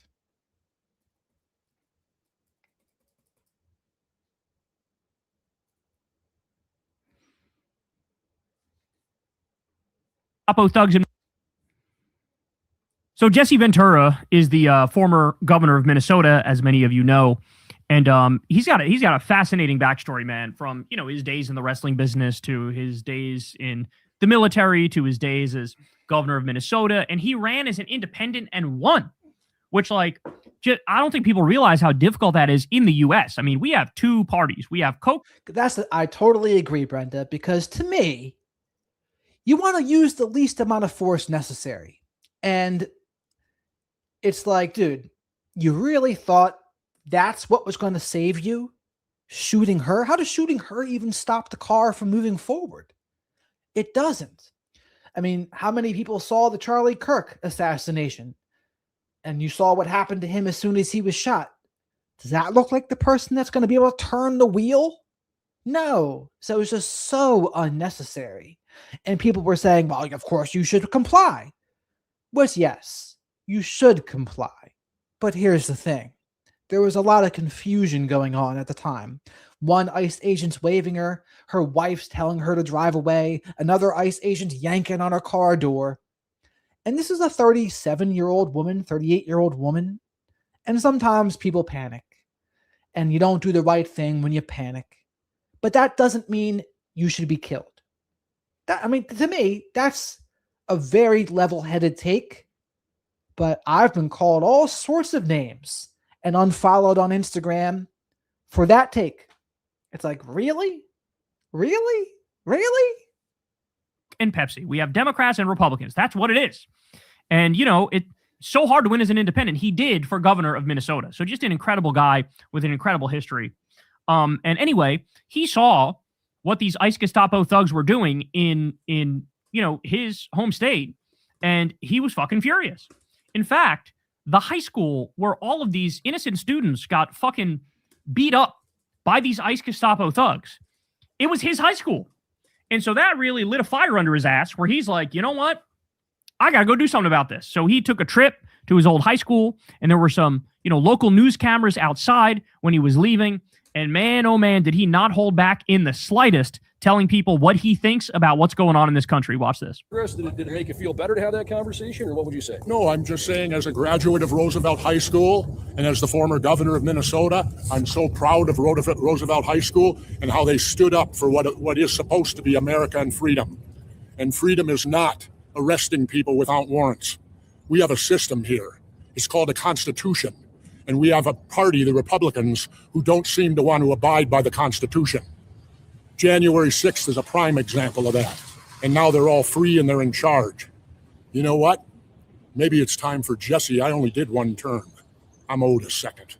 The extent to which he's a natural in front of the camera is just off the charts. It's like he never was away from politics or never was away from the cameras. You know what I'm saying? And by the way, I think he just got back in, the wrestling world too. And here's the other thing. I really don't think she was trying to hit him. I think she's trying to leave. And the fact that the wheel was even turned to the right, to me, proves that. Like, if she wanted to hit him, why even turn at all? Why not just go forward and even turn to the left to do that? I just don't think that's what she was doing. And he easily got out of the way. And he was able to get out of the way, shoot her in the face 3 times, and it happened very easily. Now, Barry Weiss, and who is basically a flying monkey of Trump, she had a thing released on CBS today saying, oh, that cop now is internal bleeding from that incident. To which, I don't know if I buy that. I'd like to see those. Are they considering a bruise internal bleeding? I'd like to see the records. But now he's talking about, I might run again to be governor of Minnesota again. And by the way, Tim Walz dropped out of running for re-election, which I got to be honest with you, pissed me the fuck off. Because now you're going to give all these fucking degenerate cretins on the right the impression that this Nick Shirley scumbag cunt was right with his fake, bogus fraud investigations, which were total nonsense, which the fact checkers had a motherfucking field day with, right? So he wasn't right about that, but now you're giving them the impression. Like, I don't know. He doesn't, and the Vanguard guys pointed this out, he doesn't have the fight necessary. Tim Walz, and I'm the biggest Tim Walz defender in this country because I'm one of the only people who actually went through his record. Where I was like, oh, look at this. Free school breakfast, free school lunch, legalized weed. Like, you go down the list. Paid vacation time. He did all these free college. He did all these amazing things policy-wise. But he never talks about it. And then he gets pushed back from the right. And, you know, he tries to fight back, but I don't know. He doesn't have that oomph. He doesn't have that extra gear that he can go to really lay the smackdown on these motherfuckers. No pun intended, because Jesse Ventura, of course, was a wrestler. But, like, Jesse still got it. And I should point out, Jesse was, you know, proudly endorsed Tim Walz because Tim Walz not only legalized weed, but Jesse knew Tim Walz was the real deal when it comes to policy. And he was right about that. So anyway, here we go. He's not done. He's just getting started. Remind us, you went to school here? I went to school here. I'm a 1969 graduate of Minneapolis Roosevelt. I'm proud of them for what they did. They made me proud as an alumni. Go Teddies. What are your thoughts? I know we're jumping in, probably doubling up on some of his questions, but what are some of your thoughts about what unfolded yesterday? And then after that, what you saw? Well, I've told you already, we're a country of the Constitution. We have leadership now that has destroyed the Constitution. They don't follow it. They could care less about it. Am I right or wrong? I took an oath to defend the Constitution against all enemies, foreign and domestic. I view after January 6th, the Republican Party as a domestic enemy to our Constitution. Oh, yeah, say that, dog. I've been waiting for people to say shit like this. That's right. They're a fascist, terrorist death cult. Tell it like it is. That's what they are. And here's Jesse Ventura. So Kyle Kalinske, he goes further than I would go a lot of times, but I do like Jesse Ventura. Ventura saying it plain. By the way, for a message for everybody who's a politician out there or wannabe politician out there. This is the only thing that sells. Cut right through the horse shit and say exactly what you're thinking in as clear terms as possible. That's it. We don't care about your fluff. We don't care about your spin. We don't care about your flowery words. We want to hear the truth in an unvarnished and authentic way, and that's what this is. I can't get any bolder than that, can I? And you obviously saw the video that the student shot outside here, and that obviously elicited a lot of emotions for you. Just watching What do you mean that, the student shot? there were some students who shot the video of the chaos here yesterday. No, I didn't even see you didn't it. see it? Okay, I thought you didn't did. see it. Okay. The only thing I've seen is the murder. So talk about, you were a student here. When did you graduate? 1969. Have you been back? You talk about that. Is this like first time back? No, came back to homecoming 2 years ago. No. I'm a proud graduate. I held 3 school records in swimming, 2 District 17 records. Our football team was undefeated. We won. Back then, there were no playoffs. We played St. Paul Central for the Twin City Championship and defeated them. I think it was 21-6. And we did that at the old brick house, if you remember that, the old University of Minnesota. That's what this guy's charming as fuck, man. They used to play the Twin City Championship game. There weren't playoffs then. Dave Winfield was on that Central team, wasn't he? Yep. Okay, yeah. Yep. We beat Dave Winfield and Central. Just to be abundantly clear about what you're doing, what you wanted to do at the school here today. I just came here today to show my support as a graduate of Roosevelt and tell them how proud I was of what they did of keeping ICE off of this campus. This is a place of learning. And you learn things like the Constitution. You learn about warrants. You learn about things of that nature. And what we're getting right now is violating all that, what kids are being taught. You want to know something? I'll give you a quote. We're a third world country now. You want to know why? I'm an expert. I've been to them. I spent 17 months in Southeast Asia while the draft dodger was playing golf, right? You know how I know we're a third world country? Because in third world countries, they have the military doing their police work in the cities when you walk around. I was in the Philippines the day Ferdinand Marcos declared martial law and went under dictatorship. We went from nobody to a guy with a machine gun on every corner. That's what happens in a dictatorship. In comes the military. That's what's happening here. And people better wake up to it. You want to read something? Then read your history of Germany and start comparing the tactics of what happened in 1930s Germany to what's happening here. Read history. You learn from history. And this is nothing new.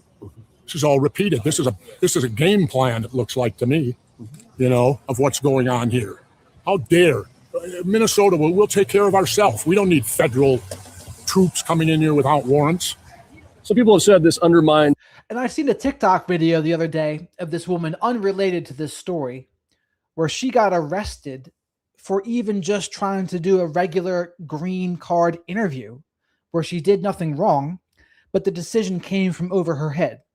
And considering I know people like Kelly, friend of the channel here, that's from Canada, she'd be scared to come to America because of this ICE nonsense right now. I mean, each individual state is really responsible for themselves. That's the way the Constitution is supposed to be.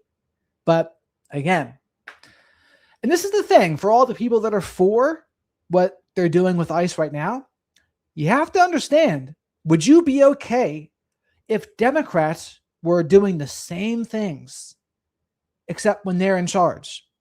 Would you like it? You already know they wouldn't like it. Of course not. Local law enforcement. It undermines the entire Constitution. The military cannot be turned loose unless it's a national emergency. They're going to tell me this is a national emergency? Message for Trump and or message for Governor Walz? Who was that? You mean the draft dodging coward? I don't call him by name. He's the draft dodging coward who, when it was his time to serve his country, he did what all rich white boys did. I wasn't a rich white boy. I grew up in South Minneapolis. Most of me and all my friends are Vietnam veterans. We had to go. But the rich white boys never had to go, did they? And here's the other thing about it. There does need to be a border, and it does need to be enforced. That being said, the way to do it is to crack down on the people hiring them. If you really wanted to do it, that's what you would do. But it's very telling that they don't do it that way. And he didn't have to go, did he? And yet he's going to tell me what courage is? Are you supporting Governor Walz and Mayor Frey the way they've been outspoken towards? Absolutely. Good for them and good for these people that stood up. They're teaching their students something, that we are a country, that we have to be a country of law and a country of the Constitution. They're all forgetting about the Constitution of the United States of America. We don't even have it anymore. After January 6th, are you kidding me? And then they all get turned loose and now they're in charge. I gave up on this country when this guy I haven't even watched the news since last November. I stumbled onto this and now look what you've done to me. Bro, Jesse, let me tell you, bro, if you had to follow the news the entire second Trump regime as I've been following it, dog, oh my God. He would be talking about running for president right now, not just governor of Minnesota. He would be talking about running for president again if he had to follow all the shit that I've seen. It's like obey the laws and release the Epstein files. So here's the thing. Taking a step back, I think a lot of this is a distraction. And I think the Trump administration's making it a distraction. It's not a coincidence that Nick Shirley came out with that Minnesota fraud video. And then this happened right during the fact that we invaded Venezuela, right during the time that there might be something going on with Iran, right during the time that what's happened with the Epstein files. None of this is a coincidence. Not a coincidence at all. And you've seen from the very, if he was watching Elon Musk, the world's richest man who's going to be a fucking trillionaire, if he was watching him cut pediatric cancer research and Meals on Wheels casually, illegally hacking into the treasury and stealing everybody's data, he would have lost his goddamn mind. He would have said, we need a left-wing version of January 6th is what we need in this country. That's what he'd be saying. So Jesse, bro, let me tell you, if you ever decide to catch up on this, this last year of news, I'm telling you right now, you will immediately throw your hat in the ring and say, I'm running for president in 2028. That's what you would do. That's what he would do, I think, because holy shit, man. I honestly, at this point, I think I won the battle. I don't know if you guys have noticed this, but I see a lot more people now calling, the Trump regime a regime. I first started doing that, 2 months in to his time in office, 1 or 2 months in his office. And I was like, this what they are. They're a regime. They're illegitimate. That's what this is. And now I see a lot of people doing that because I think everybody's opened their eyes to what this is. I think everybody sees it, what this is. So Jesse, bro, I'm telling you, man, holy shit. Just be prepared if you decide to catch up on what's been happening because he just got a little taste of what's going on with these ICE Gestapo thugs in Minnesota, and he's damn near ready to run for governor again. Imagine if he saw everything that's happened under the second Trump regime. The warmongering, the corruption, the giveaways to billionaires, the using the U.S. military to invade the United States of America. It's so immensely illegal. And he got a little taste and said, oh my God, fuck this, man. Fuck these people. I stumbled onto this, and now look what you've done to me. Well, thank you for stopping. I appreciate it. Here I was leading a nice, quiet life, and now you've injected me back in here, and probably going to make me the governor of Minnesota again. And you seem fired up and motivated. Because somebody needs to clean up what the Democrats and Republicans constantly wreck. And you notice I lump them together. You know, I should use my old name for them, the Democrips and the Republicans, which my apologies to the Crips and Bloods for using their name in that way. Oh, my God. He's one of a kind, man. And he can talk with the best of them. I mean, sometimes Kyle Kalinske is a bit of a dork. That's part of the problem with him. But I don't think Jesse's... You guys have always heard me say, like, when it comes to communication, there's an X factor that some people have and some people don't. And, like, you just know who just can get a point across and make it stick in your mind. He's in, like, the top 1% of that ability to just talk and you're hanging on every word. He's in the top 1%. And like I said, he was a big backer of Tim Walz. So, like, real recognized real. He realized, like, this guy's going to do some good-ass shit for Minnesota. And he did. And he was right about that. But, wow, man. All I have to say is, Jesse, I'd love to see you do it, man. I'd love to see you do it. I don't know how old he is, but if I'm being honest, at this point, clearly age isn't a factor. We went from Biden. I mean, Jesse, what I respect about Jesse Ventura is he sticks to his guns. Even when all sorts of people would push back on him and say he's crazy, he sticks to what he thinks is right. And we live in a world where most people don't do that. Most people stick to what their side thinks is right. But that's where the real courage is. Jesse is not a Republican or a Democrat. He ran and won governor of Minnesota as neither a Republican or Democrat.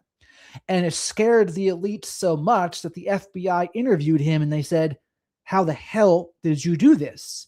Because they only want people to be a Republican or a Democrat. Two wings of the same bird. And when there's only two, the powers to be can control them better. But Jesse got in the way of that.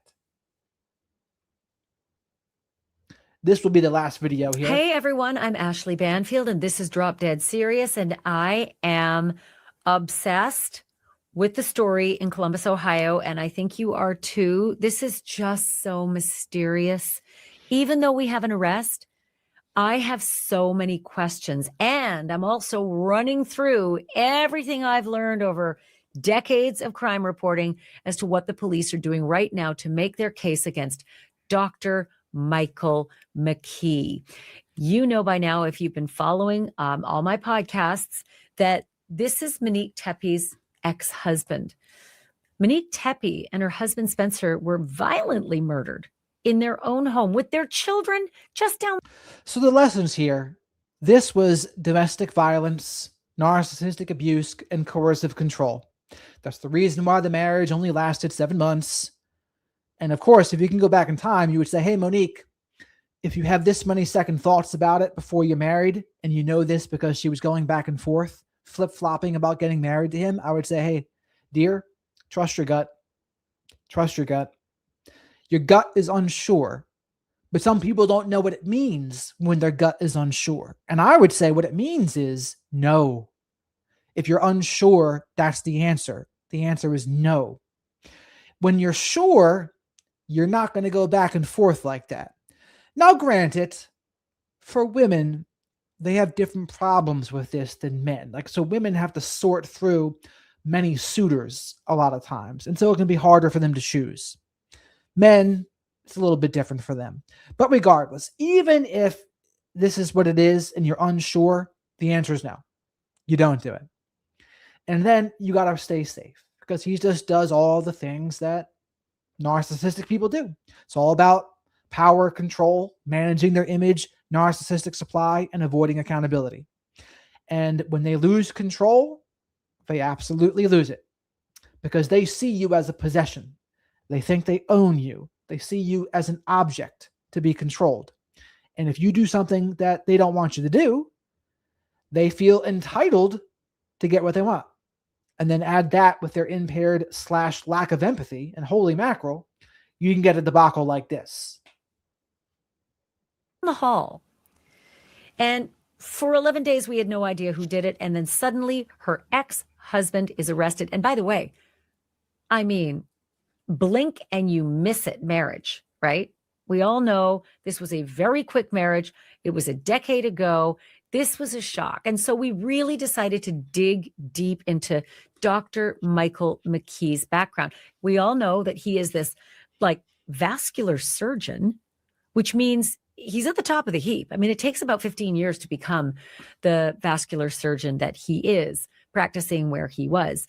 And it just defies all logic for everybody, right? And I know you have a lot of questions about the crime scene. How did he get in? If it's him, all of that, I'm going to get to that in just a minute. But the big question I had today was, what's his background? Because we did a criminal background check on this guy and he's spotless. So I'm not surprised. You can't have a criminal background and be a surgeon. But spotless. I mean, nothing. So the mystery has been, well, the divorce papers just said that they weren't compatible. But how incompatible? Like, what's the story there? It's not in black and white, but the family is now opening the floodgates. They are telling a lot more secrets about what Monique was going through while she was married and then separated from Dr. Michael McKee. And it's starting to make a little bit more sense. I don't have the full picture, but I do have some, because Rob Misla, who is a brother-in-law of Monique and Spencer's, he is talking about stuff he would not say before. I interviewed him a week ago, and I asked specifically, is there anybody who you can imagine would do this, would want this couple dead? And he said, nothing I can say, publicly, or in the way he worded it seemed as though nobody at all. But when I go back and I really look into the wording, it's almost like I can't really say out loud some stuff I'm thinking. But he did not let on or indicate that there was anybody that stood out as a potential suspect. And that was by design, because the Tepe extended family and Monique's extended family, they did not want to jeopardize the investigation. So they agreed that they were going to keep quiet about a guy they had big suspicions about. A guy who now, since he's locked up, they're saying some things about that marriage. Then there's another red flag. No one at the wedding would have seen this. Nobody who watched the wedding video would have noticed. It wouldn't have stood out as, oh dear God, I sense a problem. But Monique and Spencer read wedding vows to each other, as many will do. And Monique's wedding vows were very, very curious in retrospect. She referenced waterfalls of tears in her past. And she referenced wrong relationships leading up to this joyous moment. But it wasn't so much even those words, it was her reaction when she read that. I'm going to show all that to you as well. I think it is so telling and heartbreaking when I look at it, because I almost could see PTSD now, knowing that the possibility exists that it is her ex-husband who murdered her, because he's not just the possibility, Ashley. I mean, Ashley takes so long to get to the point. Is it possible the surgeon does have empathy, maybe even too much, meaning he feels too much, and that feeling too much ate away at him until hatred enveloped him completely? No. I would say I would not call that empathy. I would call that hypersensitivity to criticism or hypersensitivity to negative emotion, but that's not empathy. You don't kill two people if you have empathy. That's what I would say about that.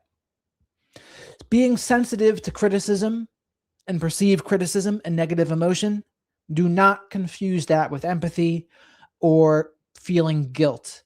Not the same. And before I finish this, Ashley,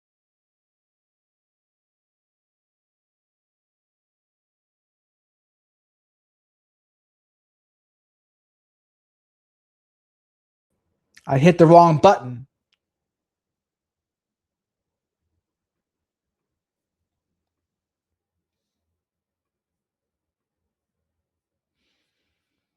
Allegedly the killer. And he's charged with the aggravated murders of both of them. I almost can see the PTSD as she's. So there's a video about how he got in that I want to watch.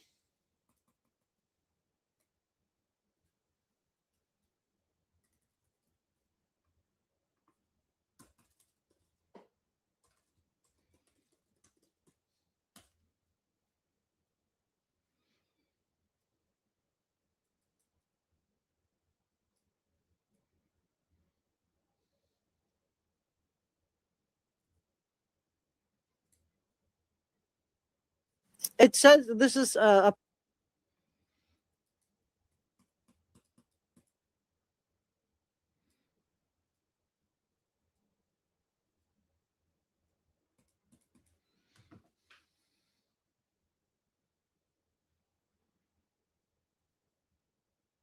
this is interior photographs of the house. They're down now, but I grabbed screenshots of them. You can see it's a beautiful house. This was prior to them moving in, but I wanted to pay careful attention to the doors. There, to me, it does look like it would be very easy. And I showed you the front door lock that had a key code. Now, whoever went out to the house and broke in, they did also have a doorbell camera. So if that person went in through the front door, the doorbell camera would have picked them up the home unless they took the battery out of it. But I think that's really interesting. We don't know which door, but I want to show you guys what the doors are. So this is an interesting view from inside the Tepe home. So this is the kitchen. This is just to show you what the points of entry. There's no sign of a big break-in. So in my opinion, this was somebody that had the key code to the house or got the key code. This is the bedroom upstairs. The house is a 4-bedroom, 3-bath home. And let me just show you the other door. So they really were a beautiful couple. So I just want to say this is Spencer. He volunteered for Big Sister. Some people think that that could be related. This is such a cute picture of them. They just look so cute and so happy together. This is the person of interest, they're calling it. And this has been confirmed to be him, by the way. Chief of Police Elaine Bryant has confirmed this is him. Do you think this is a man or a woman? Let's do a poll. If you think this is a man, put man in the chat. If you think it's a woman, put woman in the chat. If you don't know, just put don't know in the chat. I want to see what you guys think about this. But let's look at the door because you can see that there is a lock on the front door. This is the police responding, the Columbus Police Department. Now, this is a bigger police department than the Moscow Police. But if you look at this picture, you can see that there is a keypad on that front door. And there's also, if you look to the right of it, you can also see the doorbell camera, just like we had in the Watts case. So did that capture anyone coming up to the front, or did they go around to the back? We don't know yet if there was a... And again, this is something that the DA and the police, they probably already know all this. They just haven't released it to the public yet. That's all. Keypad on the back door too, but I would imagine that there probably was, because the garage, as I'm going to show you, was located behind the house. We're going to do an overhead panoramic view of the house in just a second. But this is the back door, and the garage is where the realtor is standing to take this picture. So this is why the friend who said they saw Spencer lying on the floor, there's no way that he was not inside the house when he saw that. So whoever went in had the key code. So this tells me at least one other person had the key code to this house. Let's look at the garage. There's the garage, and you can see it's all the way at the back end of the house. It has its own door with a lock. I do not see a keypad on the garage door, but it's not separate. So whoever was in the house and saw Spencer and called 911 during that call was not able to be boosted up to look in the windows. I thought maybe the garage was attached to the house and they had gotten boosted up and were able to look in the second floor windows, but no, the second floor windows, and this is their obituary that came out today. This second floor windows are way up high, you guys. There's no way that somebody just boosted somebody else up. So no sign of break-in. It actually reminds me of a Hey Dude episode. There was a murder a ghost story kind of thing, a murder mystery story they were telling in Hey Dude, where they said, how the heck did the guy get in? The windows were locked, the door was shut and locked. How did the guy get in? And I think they said he dug or something, but that's not what happened here. He had the key code. So they either, or he even tricked someone into answering the door. Maybe. got into the house or they had a ladder, which I don't imagine that somebody would bring a ladder with them. I guess they could have borrowed one from the neighbor, but I'm curious what you guys think about the suspect, because the kids were left unharmed, which is why some people think, gosh, maybe this was a woman. Let's look at the other pictures of the house. So let's look at the back of the house and look at the inside. That's why I wanted to show you guys key photographs of the house.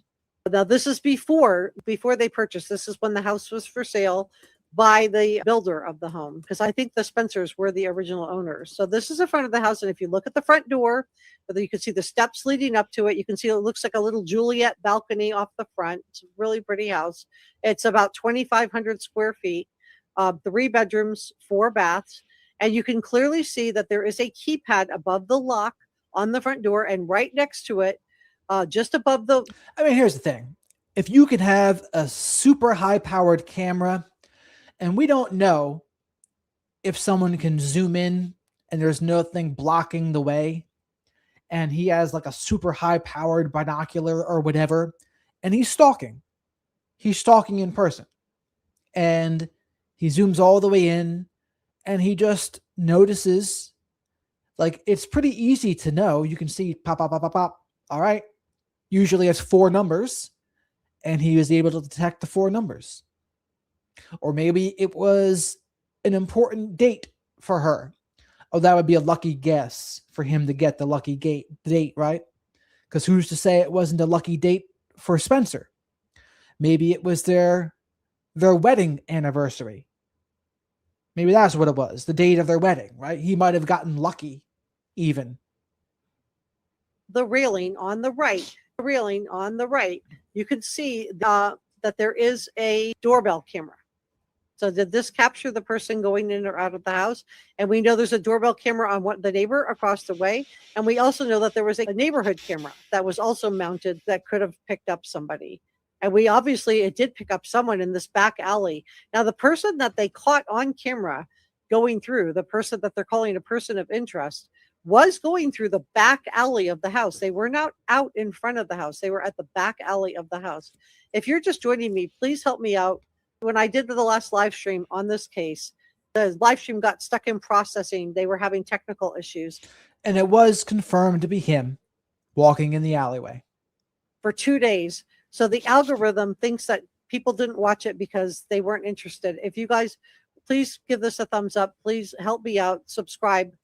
Let the algorithm know that I'm doing a good job. I am reporting on this case responsibly. So that camera would have been behind the garage. That person of interest was walking behind the garage in the alley behind the house. So not in the front, but in the back of the house. Now, this is the front door, and this is more evidence that there was a keypad. If you look at the front door, you can clearly see the stairs, the railing to the stairs through the glass, and you can see that there is a keypad with a deadbolt lock, both together. Did somebody come up to the front door and just hold the hood over their face and go in through the keypad?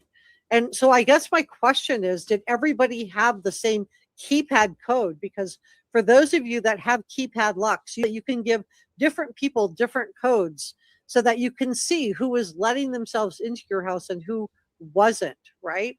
So did somebody use a code? We know whoever did the welfare check that saw Spencer had to have let themselves into the house using that keypad. So we know at least one other person had the code to this house. Who else had a code? And was this a female? So this is the inside of the house. You can see it's a very open floor plan. You can see the front door there is just next to the refrigerator. So these houses are narrow, but they have depth. And then I'm going to show you the back doors. So this is prior to the Spencer and Monique moving in. This is the Juliet balcony that I showed you guys a few minutes ago that face out to the front of the house. This is the Juliet balcony. And again, you can see there's a deadbolt lock, but no keypad, no key code on that door. So the front door had that, which makes sense because this one didn't have stairs, but it does face the front. This is the kitchen. It does have a window. I just tried to bring in anything that could be a. So chat, which one do you think it is? Do you think he hacked the keypad? Do you think he was able to guess the date somehow because it was an important date? Do you think he spied on it from a distance and that's how he got it? Or do you think he actually convinced them to open the door? Of those four, which one do you think it is? Potential access point regarding this. You can see the stairs going up to the upstairs. It's a very pretty house, very long and narrow. And of course, am I missing any options there? I think those four are the only options. And this is the bedroom. Again, this faces out to the front of the house. So I'm assuming this is probably one of the kids' bedrooms. But you can see how high up it is. And the reason I wanted to show you this is because you can clearly see that there was nobody going to get up onto that second floor and just peek in the windows. It's way too high. So whoever saw Spencer lying on the floor that made that 911 call was inside the house.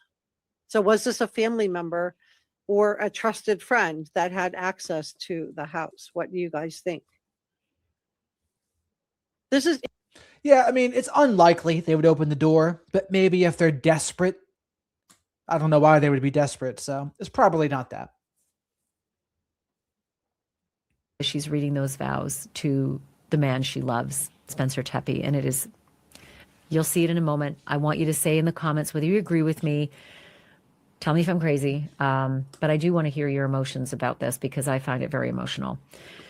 So I also am going to break down something else in this episode, and it is the unbelievable amount of evidence that you can extract from a drive. And I don't mean a hard drive. I mean a road trip. If Michael McKee killed Spencer and Mo, and by the way, for those of you who have complained that I use the name Mo for Monique, that's how she refers to herself. That's how her family and friends refer to her. That was how she was commonly referred to as Mo Tepe. So I'm not disrespecting her at all. I'm using the words, the name that she actually used. But if Michael McKee killed Mo and her husband Spencer, that was a hell of a drive, like a hell of a long road trip. If he left from Rockford, Illinois, where he works, which I don't suspect, or if he left from Chicago, where he lives, 80 miles between those two places, it is upwards of 12 to 14 hours there and back to drive down to Columbus, Ohio. That's a long time to be on the road thinking, right? It's also a long time to be on highways that have gas stations with cameras and toll booths that register your. I wonder if he was counting the headlights on the highway, listening to Hold Me Closer, Tiny Dancer, as he drove 7 hours to Ohio and 7 hours back. Your toll tag if you've got one, and take pictures of your car, and license plate readers that are everywhere, surveillance cameras that are everywhere, Google Maps that record your routes, maybe Waze even, because I use Waze all the time. Everybody has to take a bathroom break at some point and get gas, maybe even a little. I said count the street lights, not the headlights. I forget which one it is, though. I think it's street lights. Food in all that time, and you can't do that without stopping somewhere, and those somewheres all have cameras. Maybe you decided to use cash so that you wouldn't be tracked. Doesn't matter.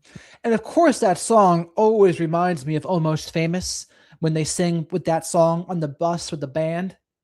Classic song. Although Elton, the only check against him is he didn't write any of his songs.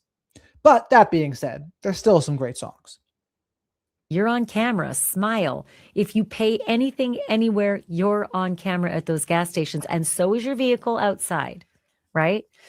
Maybe you used your credit card. Make it even more easy. All those transactions They get them so fast, quick subpoenas by the police, and they can see your little financial popcorn trail.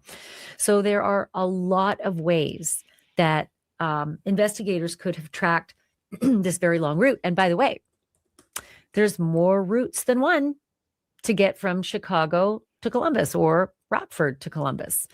There are a lot of routes, like 3 that I highlighted. And routes avoided, that's also evidence. Routes you choose not to take. So let's talk a little bit more now. I'm going to go way more into the drive in a minute with experts who know a lot more about this than I do. But let's talk a little bit about those red flags that may have been ignored, because juries need evidence, but they're not guaranteed a motive, right? Prosecutors do not have to prove motive to prove a case, and they will tell you that in openings and closings. But juries feel weird if they don't get it. And it's just a natural human tendency to ask, but why? That's motive, right? The number one question we have is like, why? Why would this happen? So without having to prove motive, juries want it, so prosecutors work to get some of that. And quite frankly, Monique Tepe's short first marriage to Dr. Michael McKee might just hold the clues. Sources were hinting that it was an acrimonious marriage. Things were bad, but now family is confirming it. He made threats. Acrimonious, a good vocabulary word. Every time I'm not sure the meaning of a word, I look it up on ChatGPT. Acrimonious definition.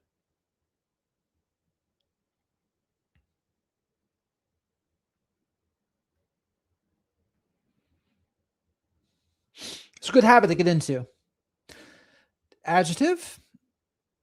Marked by bitterness, resentment, sharp hostility, or harsh anger, especially in speech, tone, or relationships. Common usage contexts: acrimonious breakup or divorce, bitter, hostile conflict, acrimonious debate, sharp, angry exchanges, acrimonious relationship, poisoned by resentment and unresolved anger. I like it. On her life. I'm going to let the family members say that for themselves, and you're going to hear it. I'm going to let the family members say that for themselves, and you're going to hear it for yourself. But I spoke with Anjanette Levy on my podcast. Just in this case, Michael McKee has been arrested, and there was some pretty damning evidence released about him today.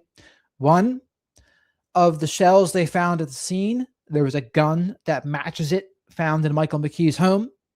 And then the chief of police also confirmed this is a domestic violence situation. And then his car was found, and it was him apparently in that video, the door cam video. I mean, between those 4 things, he seems pretty guilty to me, but it is allegedly. Last episode, and she got sources who said Mo wanted out of that marriage. He did not. So it was a one-way rejection. And that's why I tend to use the word jilted. And I mean, something happened to him over the years. You see that one picture, he looks more lighthearted. And then you look at him in this. I would like to see a picture that's not his mugshot of the last few months to see what he looks like there. Because he changed. It looks like he changed. But I think, he was always troubled though, too. She was the one who filed for divorce. She was the one who bought the wedding ring and the engagement ring. That's in the documents. Her divorce documents say I paid for it, right? In the separation of property.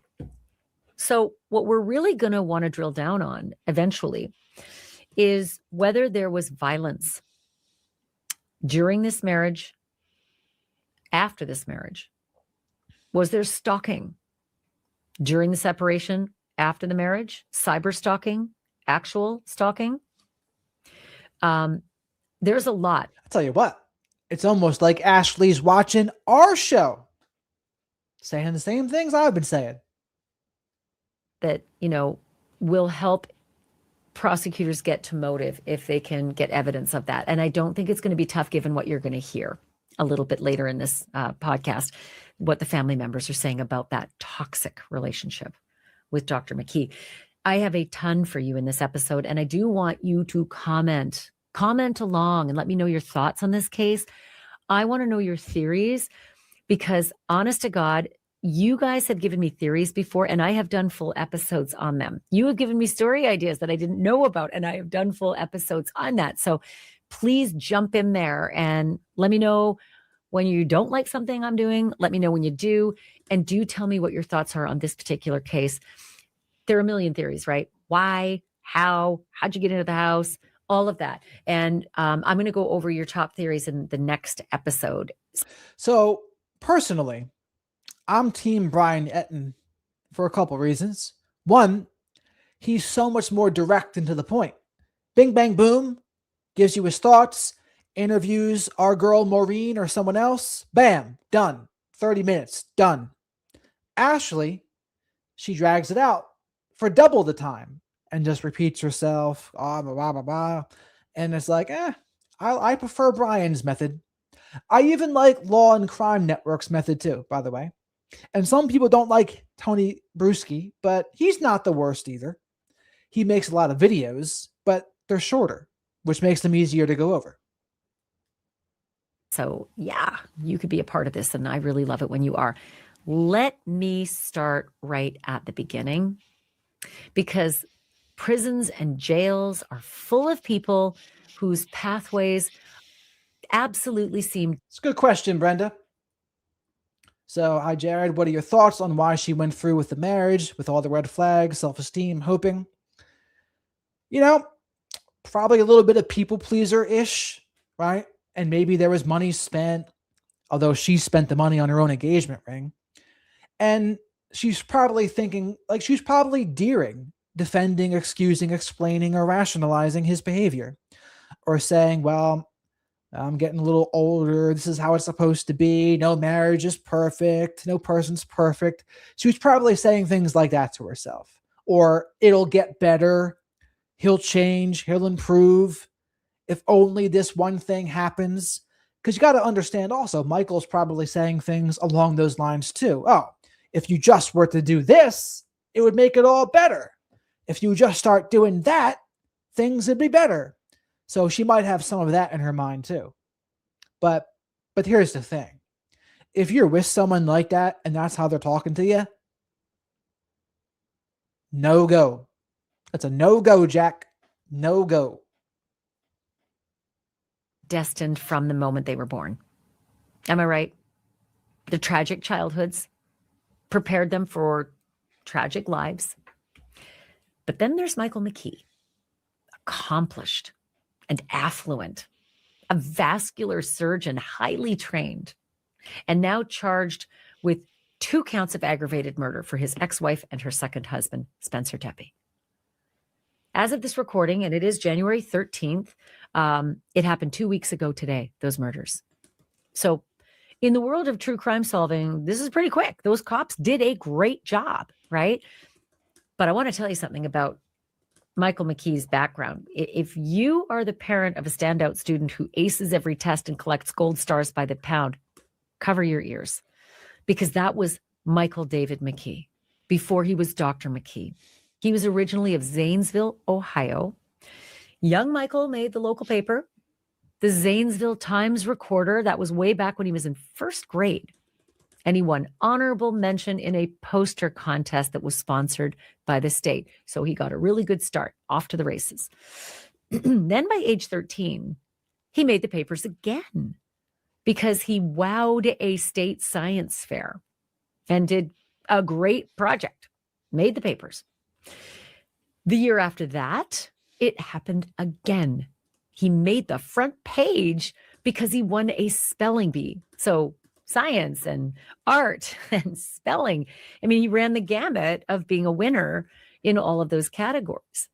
And the winning word that Michael McKee spelled for the spelling bee that launched him onto the front page was siege.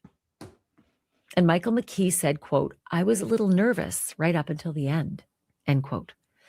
And the accolades just kept coming in high school. And look at this picture. He looks like a completely different person here. Much more youthful.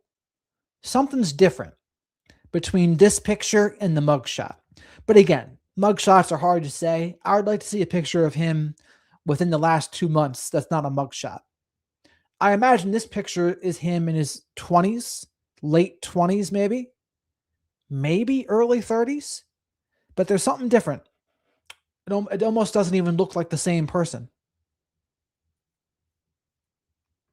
Dr. Michael McKee, as a high schooler, was 5th in his class, a National Merit Scholar, and a varsity football player. So, safe to say, prison was nowhere on the horizon for this guy. He was destined for great things. McKee studied medicine, I told you, at Ohio State University. And again, shocker, that's where he made the honor roll yet again. And you know who else went to Ohio State? McKee's future wife, Monique, and Mo's second husband, Spencer Tepe. And again, we do not know if these three ever converged. We don't know how Dr. McKee and Monique even met or hooked up or fell in love or where that happened. But we do know that in August of 2015, just 1 year after McKee got his medical license. So apparently Rob Misley there, I imagine he's the photographer of all this. There's no shortage of photos of them. The media couldn't have asked for more than that. Monique and McKee were married. So as I've reported before, they separated just 7 months later. They divorced 15 months later. Dr. McKee would go on to be licensed in California, in Maryland, in Virginia, in Nevada. And in 2024, he picked up another license, got licensed in Illinois. And he signed on with a hospital in where? Rockford, Illinois. You know, the place where they arrested him. I should be real clear here that since his arrest, we went in to check his profile at his workplace, and we discovered that his name has been scrubbed from the website, like he never even happened. There's no mention of Dr. McKee anywhere at his workplace in Rockford, Illinois. So I can only imagine. He worked at a child medical center. What it's been like for them, these coworkers, you know. We all hold doctors to a very high standard, right up there with judges, right? It's the reason judges sit higher than us in the courtroom. They're on a dais because they are higher than us in society. And so are doctors. They take a pledge. Do no harm, right? We trust doctors. The Hippocratic Oath is what they're talking about. It'd be interesting to find out if Brenda had narcissistic parents or something along those lines. And if she was conditioned by those narcissistic parents to associate the behaviors of a narcissist with love. Maybe she developed CPTSD from that. Or we don't know, though. We don't know. I mean, that's narcissists. It's not the only way. Also, sometimes narcissists are just attractive and charismatic. And they put on a good mask. And that's true, too. It's not always mandatory for there to be a narcissistic parent. Which one it is, we don't know. When we see them on TV, we trust the products that they might be, you know, endorsing. And so I'm sure that medical practice, that hospital where he was working, is devastated that this is a stain, you know, on them. It's really hard to process that for them, I'm sure. So yeah, I can understand why they wiped him off the website right away. So with all that, what allegedly led a lifelong high achiever with the world at his feet to drive hundreds of miles and allegedly shoot 2 people in cold blood? Shoot them dead. Well, for one thing, a family member of Monique and Spencer Tepe is now breaking his silence and opening the floodgates as to just how toxic Monique's marriage to Dr. Michael McKee really was. And I'm going to have his interview for you in just a moment. But first, huge thank you to you for being a part of this true crime community, especially as this story has broken. You have all come together. I have read your comments. I've appreciated everything you've said. Also want to thank my sponsors because they make this happen as well, like Just Thrive. I want to talk about something really important for just a quick second, your health. Speaking of Just Thrive, where's To Thrive?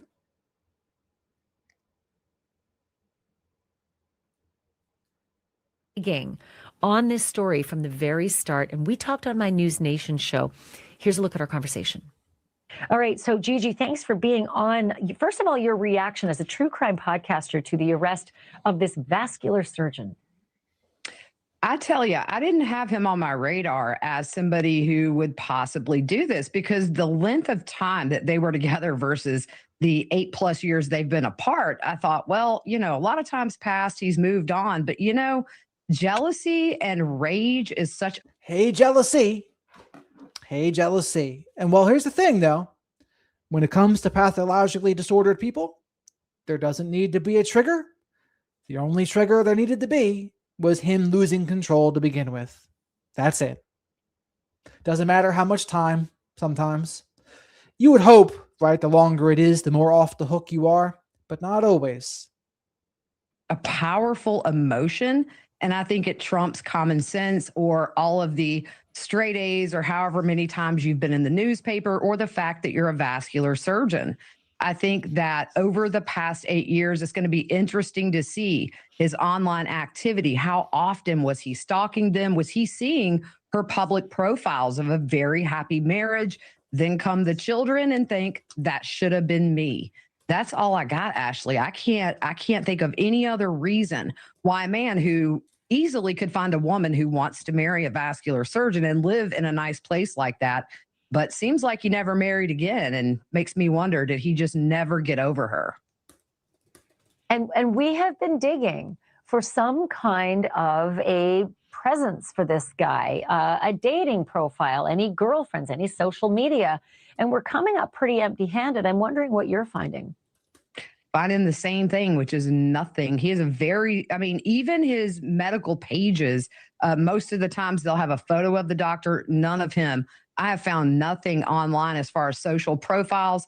I've went to the Wayback Machine to look back for 10 years, and there's just nothing other than, the mention of, well, he got this in high school. Nobody cares about high school or how smart you were. You murdered an innocent couple with 2 small kids. It kind of all goes out the window. Clearly smart in the medical field, but not smart in the true crime world.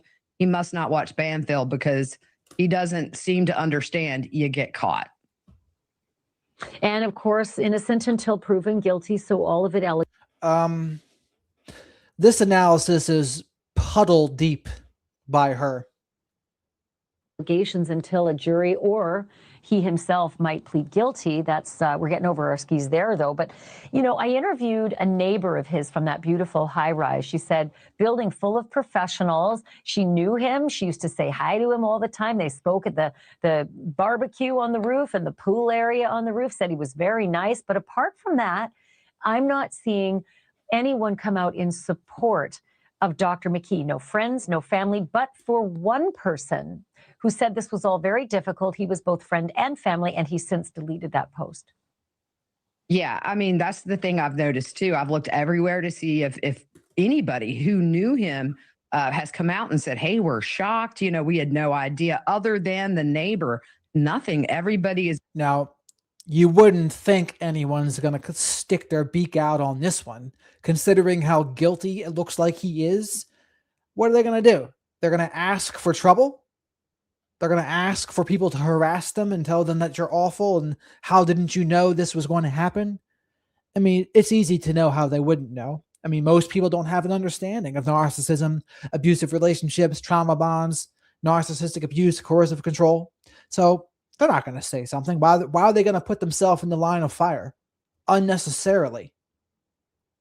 Very silent. On the other hand, the Teppies, just wonderful things said about them, but people definitely can live these secret double lives behind closed doors. And I have a feeling, allegedly that's what happened here. Is over time, he just got more and more upset, and just a tragic case. But no, I have found nothing on this guy. It's almost like he doesn't exist online.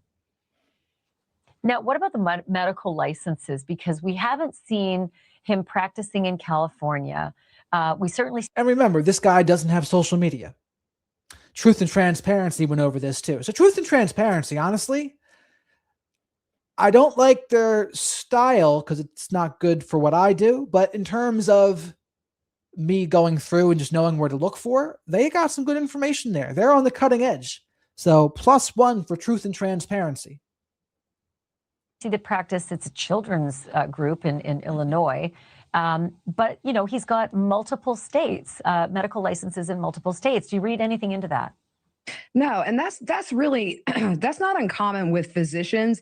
It is a long, lengthy process to get your license in any state. So when you get those licenses, you tend to keep them up. So, you know, if he did his residency in another state from where he went to school or his fellowship in another state, he would get those licenses and likely maintain them, or he could have got them just to have in his back pocket in case he got a wild hair one day and said, I want to move to California, or I want to move to here or there. There's a lot of reasons. It's not really anything suspicious as far as that goes. Gigi McKelvey, true, you know, you're just one of the best, and I've got you on speed dial. So thank you for this. Pretty Lies and Alibis host. Hope you'll be back. Thanks, Ash.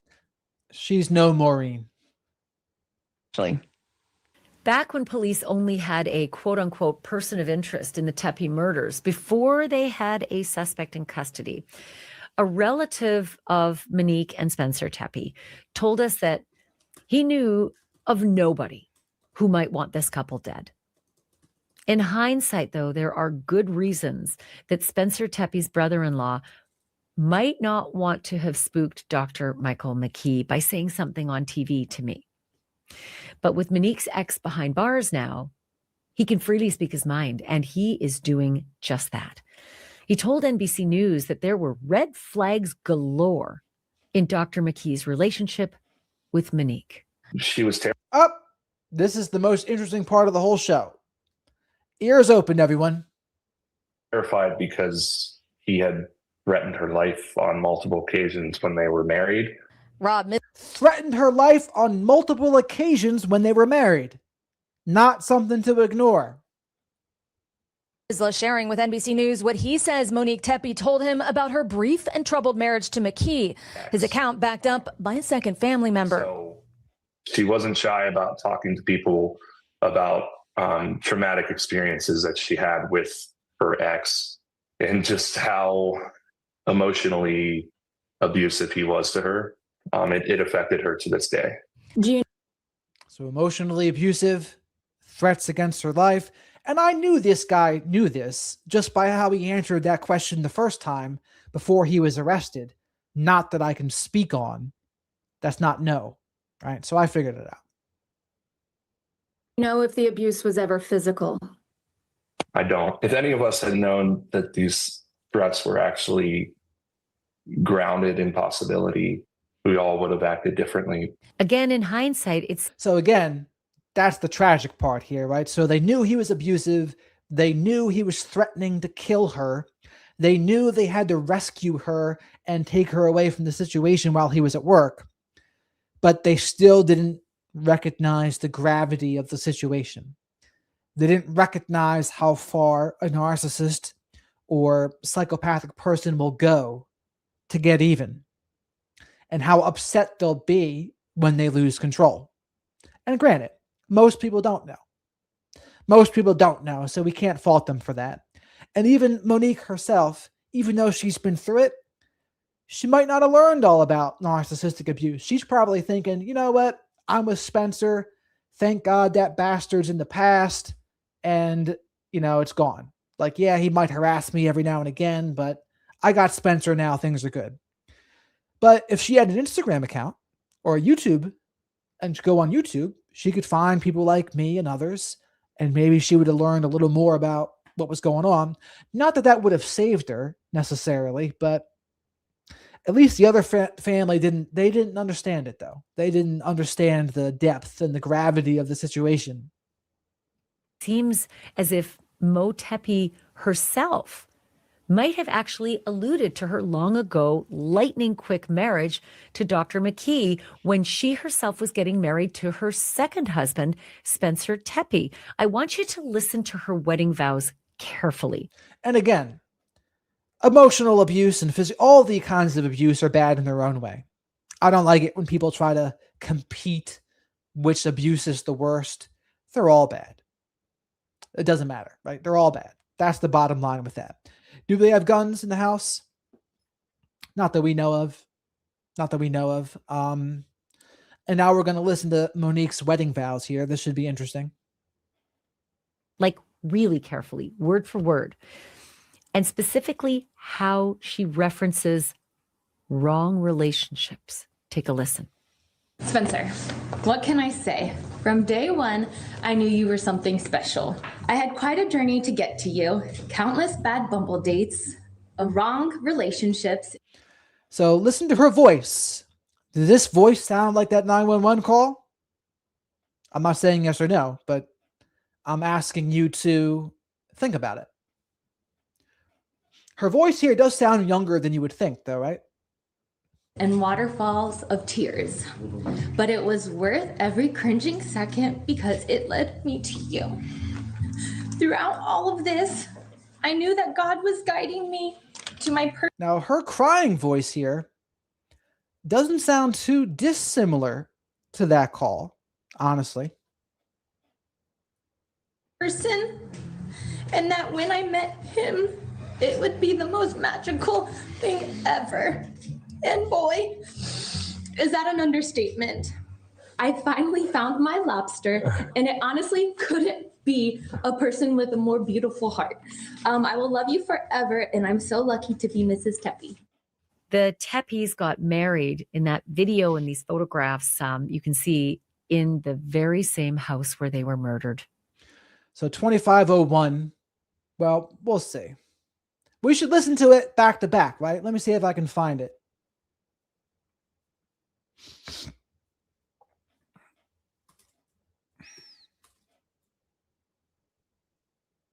Who would have it? Brian Etten would have it, right? That's where we listened to it the first time.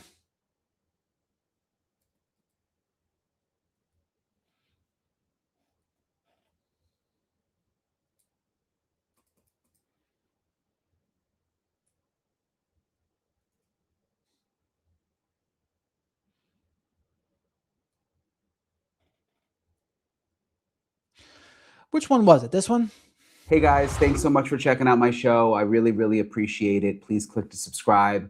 In this episode, I am continuing to dig into the very mysterious. Is everything okay? Yeah, I'm sorry. I'm okay.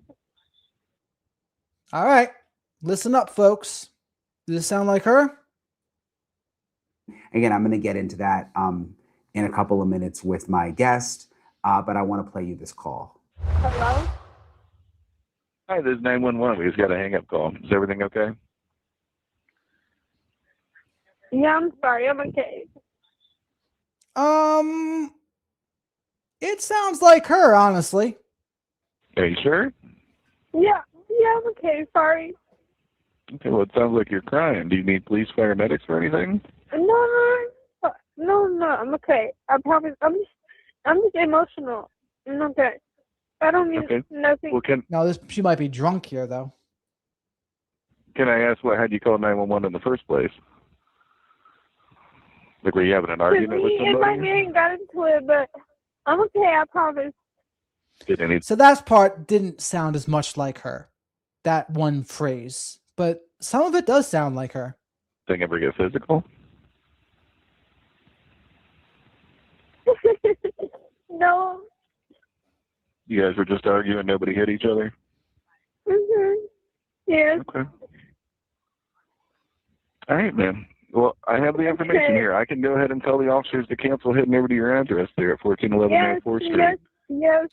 So they said the address there, 1411. Is that her home? I think it is. If anything changes, call us back. Okay. All right, I'm thank sorry. you. I'm joined now by Maureen O'Connor. There's our girl, Maureen, but sorry, Maureen. We'll get back to you.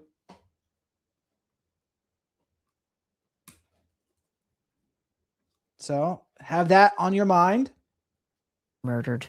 And earlier on my News Nation show, I talked to Doc. All would have acted differently. Again, in hindsight, it seems as if he references wrong relationships. Take a listen. So here it is. Let's hear what you think. Spencer, what can I say? From day one, I knew you were something special. I had quite a journey to get to you. So in the beginning, it doesn't, right? This version of her voice does not sound like that call. Countless bad bumble dates, wrong relationships, and waterfalls of tears. But it was worth every cringing second because it led me to you. But the more emotional she gets, the more it does sound similar.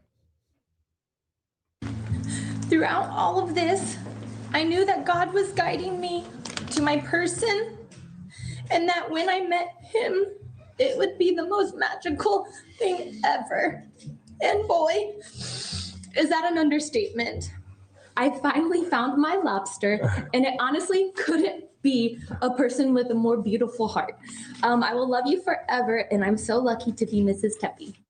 The Teppys got married in that video and these photographs. I think it's pretty damn close there. I mean, I would not be surprised one way or the other. If you told me that was her, I would say, okay, I believe it. It's certainly not like, no, it's definitely not her. Nah, it's close. It's a close call. You can see in the very same house where they were murdered. And earlier on my News Nation show, I talked to Dr. Laura Petler, a forensic criminologist who's been writing about this very case. Laura, thank you so much for being on. I really appreciate this. Look, I spoke with the Teppy's brother-in-law a week ago. And yes, she lives in a pineapple under the sea, and she works for Mr. Krabs, of course. She found her lobster. Or maybe it's a Jordan Peterson reference. And you know, it seemed as though there was no one on the radar for the family members as to who could have done something this awful. But now he's saying that there were these red flags, that Dr. McKee had threatened Monique Teppy's life when she was Monique McKee. And I just wonder, how red a flag is it when someone makes a death threat to the person they're married to? Hi, Ashley. Thank you so much for having me. Yes, so absolutely, the death threats in an intimate partner relationship are basically a huge warning sign. And it's always best to view them in context of it's shifting, like the conflict between them is shifting between emotional conflict to potentially a behavioral conflict where maybe an abuser is going to then move from just thinking about hurting the victim to actually acting. And that becomes lethal for a domestic violence homicide victim. I mean, I suspect if there's going to be a trial, I mean, that's, you know, obviously there can always be a plea bargain, as we saw in Koberger, but if there's going to be a trial, I sense that a lot of this stuff is going to come out in court, the things that were said, the things that were threatened, etc. And they matter to juries. But I was really taken by that wedding video, not just the words when she said wrong relationships and waterfalls of tears led me to you. And again, why didn't she even bring up the 911 call? Wouldn't you think that's a relevant thing to talk about there, Ashley? She's more focused on what the context and the words of the wedding vow. But to me, it was just basically, yes, she's had some unhappy and abusive relationships, and now she's happy to find Spencer. Makes sense. Spencer. But she started to cry and continued to cry all the way through that. And I just wanted to get your professional assessment of that. Yes, you know, that struck me as well. And it struck me that the words that she chose, you know, she said, you know, bad bumble dates, wrong relationships. And she put the S on the end of it, Ashley. And I thought that was interesting where she said, wrong relationships. But, you know, did she? Yeah, plural. I mean, let's face it. In this day and age, there's a lot of women that have had bad relationships now. Like, there's a reason why so many women say they have a narcissistic ex, because it's not that uncommon. It happens. Now, the severity will vary, and it's not uncommon to cry during wedding vows.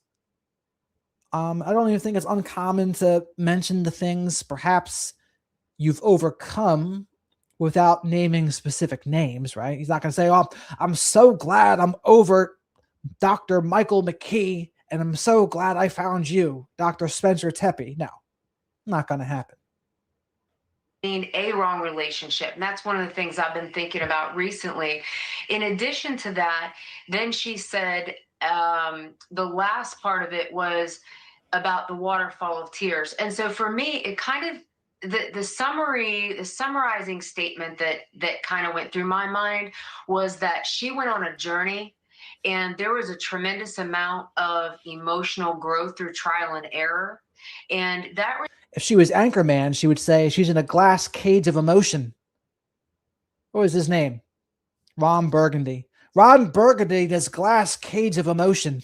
Resulted in meaning to her, because she was saying, you know, this wasn't worthless. This wasn't my journey mattered because it led me all the way to you. And it really struck me that she was so emotional and she was so grateful to be there with Spencer that day. That's how I perceived it. One of the things that you wrote about the Tepe murders, Dr. Petler, is, quote, murder is conflict resolution for the offender. And I just want you to pull on that thread a bit. Oh, sure. That is something I've been talking about. An interesting phrase there. Murder is conflict resolution for the offender. Okay. I think the narcissist prayer might be more relevant, but I get what they're saying. For a very, very long time throughout my career, simply because this is the type of situation that I specialize in. Actually, what's more relevant is narcissists see people as possessions, as objects to be used, owned, controlled, exploited, etc. That's more relevant. So in domestic violence homicide, and the reason I'm using that analogy and those words is because the defendant in this case is the former intimate partner of Monique Tepe. And so it's possible that, of course, there's going to be a trial, but what they're saying is that they're alleging this person is responsible for their deaths, Monique and Spencer. And what I mean by conflict resolution is that murder is conflict resolution in that it resolves an internal conflict that's going on inside the offender. And this is just a blanket statement across the board for intimate partner homicide. And it doesn't make sense, but to us maybe, but it makes sense to that person, the offender, him or herself.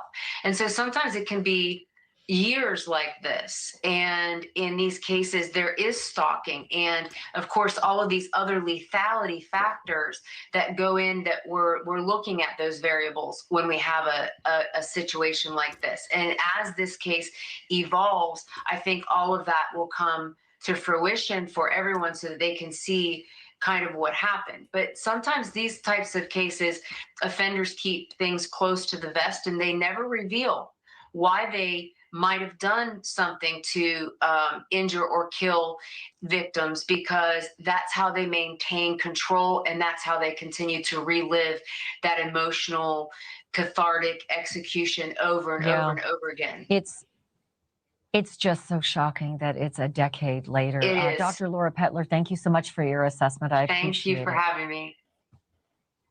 And again, I was going to say maybe it's possible there was contact in there as well. But even though there's trauma bonds and they take 7 times to leave, I'm not getting the impression that there was like any kind of contact. As more unfolds about the case, I just don't think there was. I thought like a couple days ago, I mentioned that might be a possibility, but I don't think so. Considering how it's unfolded, I don't think so. My great thanks to Dr. Laura Petler. If you follow true crime, I do not have to tell you that the roads have eyes. Just like every park has eyes. Every bridge has eyes. Pretty much every building, every sidewalk, and even the hills have eyes. A falafel stand, they all have eyes. So it is a safe bet that police in Columbus, Ohio knew exactly how and when the surgeon accused in the murders of Spencer and Monique Tepe allegedly traveled from northern Illinois all the way to Columbus and back again, and whether he made that trip before a potential dry run. I keep going back to the Idaho murders, where investigators used cell phone tower pings and surveillance cameras to reconstruct Brian Koberger and all those reconnaissance missions that he made to 1122 King Road way before the killings, months before the killings. He did it back and forth, Pullman, Washington, Moscow, Idaho, back and forth, and then again on the night of the massacre and the morning after. So yeah, Idaho informs me when it comes to all the kinds of gear, all the kinds of investigative techniques and equipment out there on the roads, everything that can get you the road trip or the road trips. When it comes to the Columbus murders, a longer drive than, say, Brian Koberger's. This one is 5.5 hours each way, minimum. That one leaves a lot more evidence. Navigation apps record every turn that we make.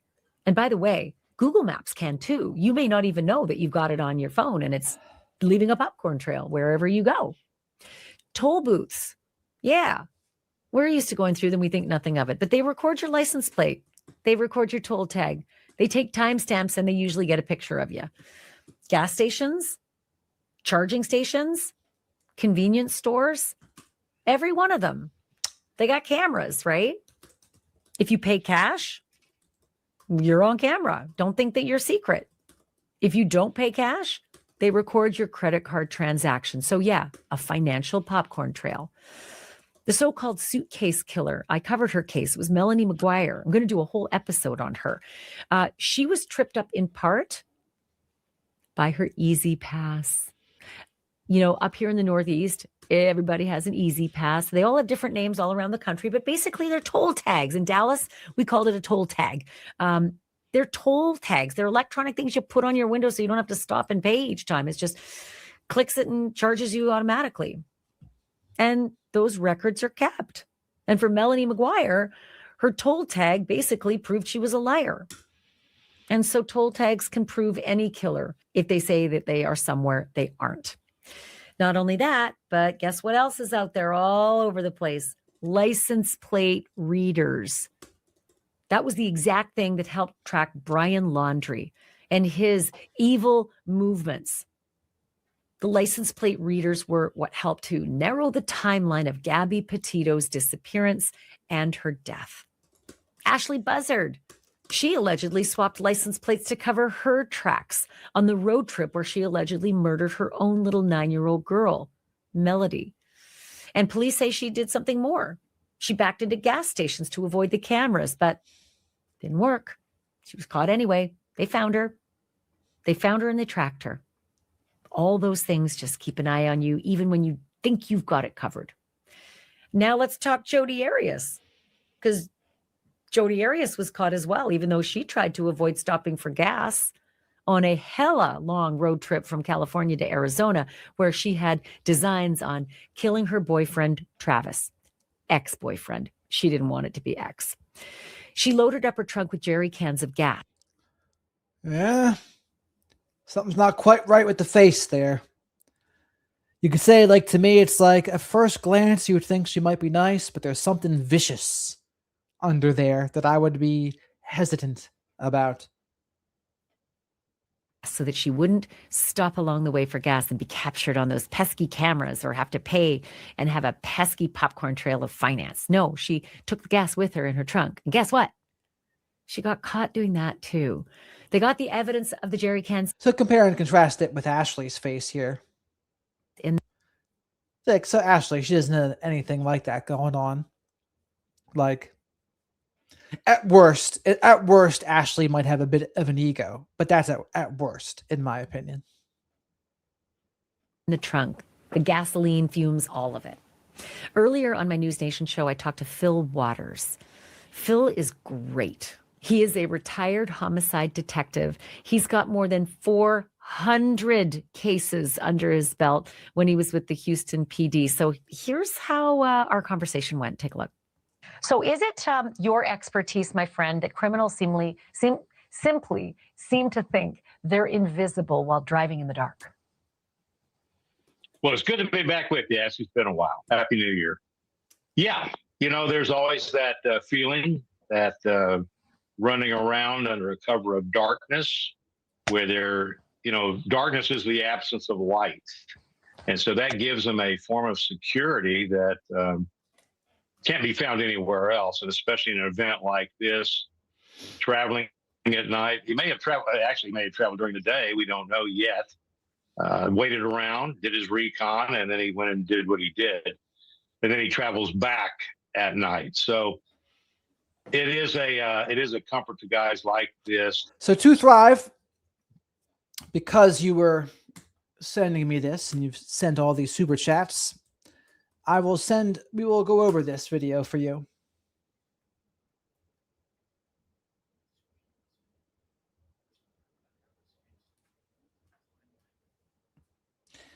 Hypocritical and non-violent.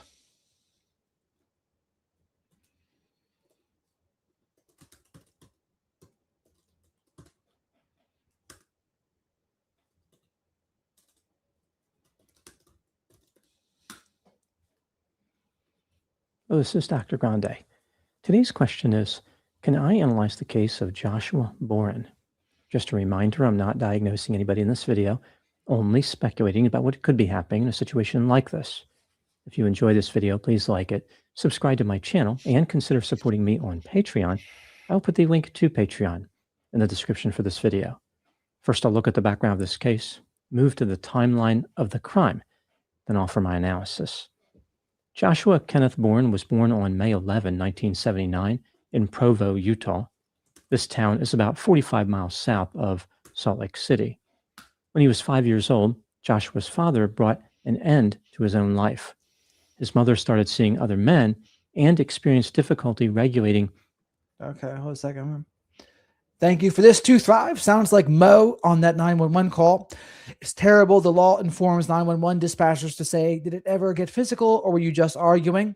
Depends on who the argument is with. A narc will abuse you. Correct. I mean, some of them, the 911 people are beholden to things, right? They have to play by their protocol. And they can sound brutal sometimes, though, right? But again, I think that could be Mo. It could be Mo on the call. I can't definitively say one way or the other, but it's close. It's close. Her intake of substances. One of his mother's new boyfriends allegedly mistreated Joshua in terrible ways. Joshua was angry with his mother because she did not prevent him from being harmed. When he was a teenager, Joshua went to live with his grandparents. In 1997, he graduated from Eureka High School. Joshua went to Webster State University, where he met a woman named Kelly, and they became romantically involved. Kelly had been born on July 21, 1981 in England. She originally lived in Northampton, but at some point moved to the United States. On June 4, 2005, Joshua and Kelly married. They went on to have 2 children, a son named Jaden in May 2006, and a daughter named Haley in July 2008. By this time, Joshua had decided to pursue a career in law enforcement. He had graduated from the police academy in 2006. Initially, he worked as a Utah County deputy sheriff and an animal control officer. Eventually, he was hired as a police officer at the Linden Police Department. Linden is just north of Provo. The Boren family lived in a house in the town of Spanish Fork, which is just south of Provo. Their house was on North 630 West Street. Starting sometime around 2011, Joshua put Ambien in protein shakes that his wife consumed. Ambien? As Jay-Z would say, in the city that never sleeps, better slip you an Ambien. After she was rendered unconscious, he conducted an assault of a sexual nature against her. This happened 4 or 5 times over the course of 2 years. Joshua video recorded the assaults, and in 2013, Kelly found the recordings. This led to the couple separating in September of that year.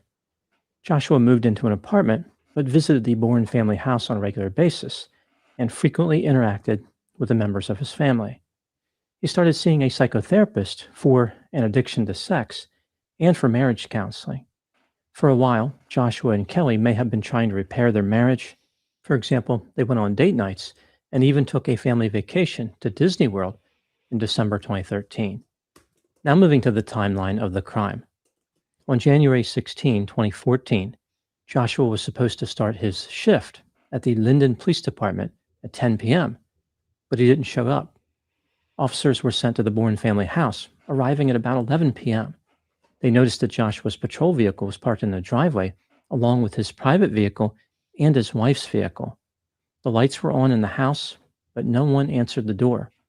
Through the windows, the police saw blood on a carpet and spent cartridge cases. They made entry through the unlocked front door and discovered 5 people dead in the house. 34-year-old Joshua Bourne, his 32-year-old wife Kelly, his 7-year-old son Jaden, his 5-year-old daughter Haley, and his 55-year-old mother-in-law Marie King. Here's what the police found during the course of their investigation. All 5 individuals died from gunshot wounds. The killer was Joshua Bourne. He used a police-issued .40 caliber Glock semi-automatic pistol to carry out the murders on the evening of January 16. He placed the bodies of his wife and children on the bed in the master bedroom before turning the weapon on himself. Joshua's mother-in-law was... This reminds me of The Shining.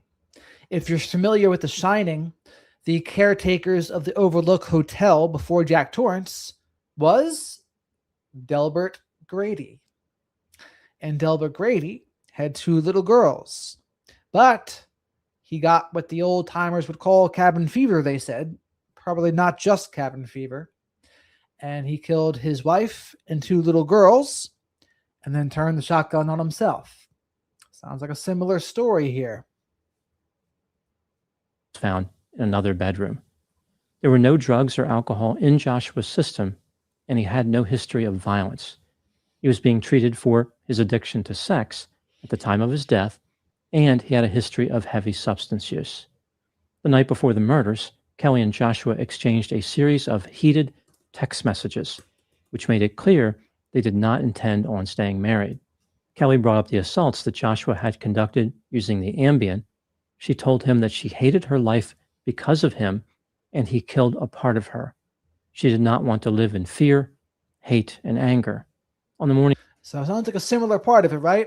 He doesn't want to lose control, and rather than let her go, nope, if I can't have you, no one can, including our kids, which is out of control.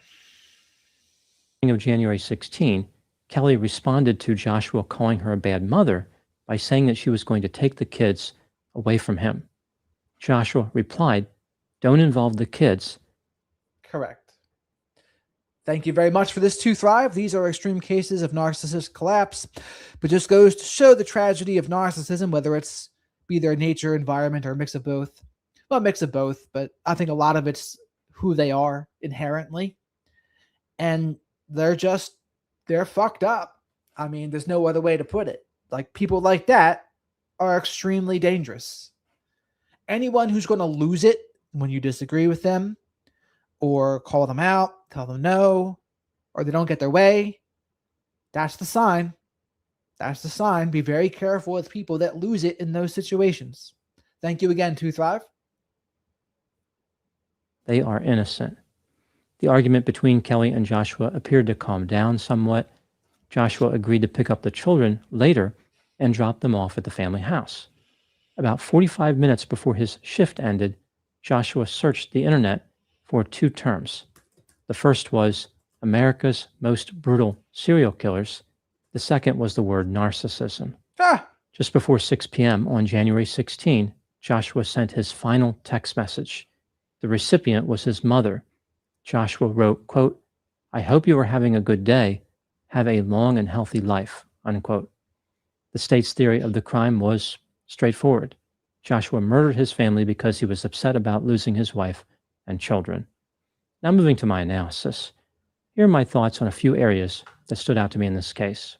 Item number 1. Joshua Bourne was described as a very troubled individual who liked to play pranks and had an intimidating voice. And as 2 Thrive said in the chat, he was abused by his stepdad and his mother didn't protect him. That doesn't help anything. Like, being abused like that and having your mother enable it has never helped anything.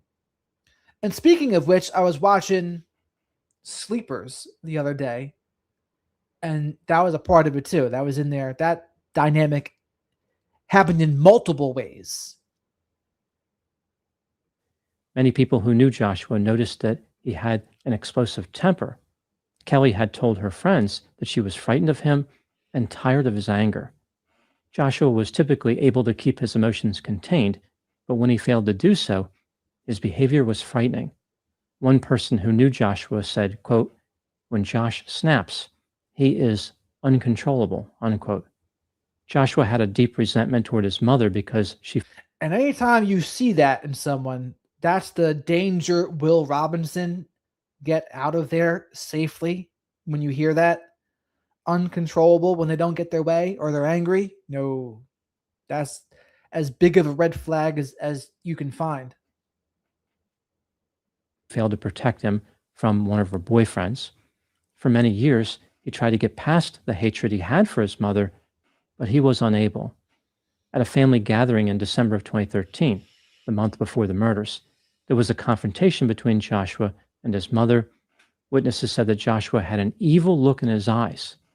He flew into a rage and said to his mother, quote, "I'm just like you, Mom. I sweep everything under the rug," unquote. Before being hired as a police officer. So what's he doing? Calling her out for enabling abuse to continue. Now, the problem with this guy is, one, he probably has the inherent narcissism, but I could see how the people that are environmentally focused, they'd be tempted to blame the mommy issues on this, wouldn't they? They'd say, see, he hated his mother. He had mommy issues. Blah, blah, blah. It's like, well, okay. So if I were a dude helping this guy, what would I tell him? I'd be like, dude, you can't change the past. The past happened. The past sucked. And maybe you have CPTSD. There's things you have to work through. But like, you're married and you have 2 kids and you're a cop. Your life's not that bad right now. Now, granted, appearances can be deceiving. You can have all of those things, but internally you can be a wreck. This is true. This is true. But there's this deep level of immaturity in there. And I would consider personality disordered stuff as immature too. And they just can't get through it. They're stuck in this bitterness, anger, resentfulness, and it just does them no good. So mindset and attitude is so important. If I were to work with him and I would really get him to be honest about his mindset and attitude, if he was honest, that stuff would come up right away. And I'd be like, dude, this is the problem. But even before that, if you have mental health issues or addiction, that's the first thing, because until you work on those things, it's going to sabotage everything. From there, it's mindset and attitude, because if you don't work on that, that's going to sabotage everything. Officer, Joshua admitted that he was a very heavy drug user in the past. He confessed to using marijuana, methamphetamine, mushrooms, LSD, and cocaine. In addition, he admitted to engaging the services of a sex worker. A fellow police officer became concerned about Joshua's behavior and told him to see a mental health counselor. Joshua responded that there was someone else that lived inside him. Item number 2, despite the astounding number of negative characteristics that people observed in Joshua, there were those who thought of him as a great guy. Some of his colleagues believed that he was an outstanding police officer. His acquaintances described Joshua as an excellent father and a big teddy bear. Item number 3, at the time of the murders, Joshua was being treated by a psychotherapist. And what does that say? It goes to show you appearances can be very deceiving. People can think that, but behind closed doors and under further examination, it is not that way. And with him, you wouldn't have had to look too far. You're not going to hide alcohol issues, really. I mean, alcohol in particular, it's difficult to hide. I mean, so between that, his resentment and bitterness, and his narcissism and drug use, and then abusive behavior, like it's a mess. It's a mess behind closed doors. And I feel bad for his wife. I feel bad for his wife here. She's stuck in this, and it's very difficult to leave police officers because a lot of times they have friends. They have friends in high places, especially in a small town, and it can be a nightmare getting out of those situations. For marital problems and an addiction to sex. The therapist described him as a 3-year-old boy stuck in a big man's body. This is consistent with what do we say? That's why I always say an emotional 4-year-old. And this is where people have tried to call what I've said out about it. But it's like, no, they can be an emotional 4-year-old and they can still know exactly what they're doing. You can do what you're doing, and you know you're doing what you do to get what you want. And you can be an emotional 4-year-old, as the therapist said. And I'm presuming the therapist was absolutely correct. the theory that Joshua was immature and had anger problems. As part of the therapeutic process, Joshua kept a journal. Let's see here. Thank you very much for this to Thrive. He could have healed from the CPTSD, addictions, etc. Instead, he chose to be another perpetrator, regardless of being victimized in childhood. Yes. And there comes a choice with some of this stuff, right? There comes a time when you say, you know what? My childhood was fucked up, but it's my responsibility to do something about it. It's not to be a forever victim. It is not to be in the Eeyore routine and woe's me. It's what can I do to better my situation? And that's where, if you're honest, and that's the big thing, they're not really, right? They're not going to be honest about these things a lot of times. And so other men or other people that could help them are not going to help them go forward. And if they cry and they cry and they cry, like, people are going to give up on them anyway. So there has to be an element of self-respect, taking ownership, taking responsibility. And people like that, they just don't. Thank you very much, 2-5. I appreciate all your super chats, and I try to show my gratitude by doing things like this. So I'm happy to help, and thank you.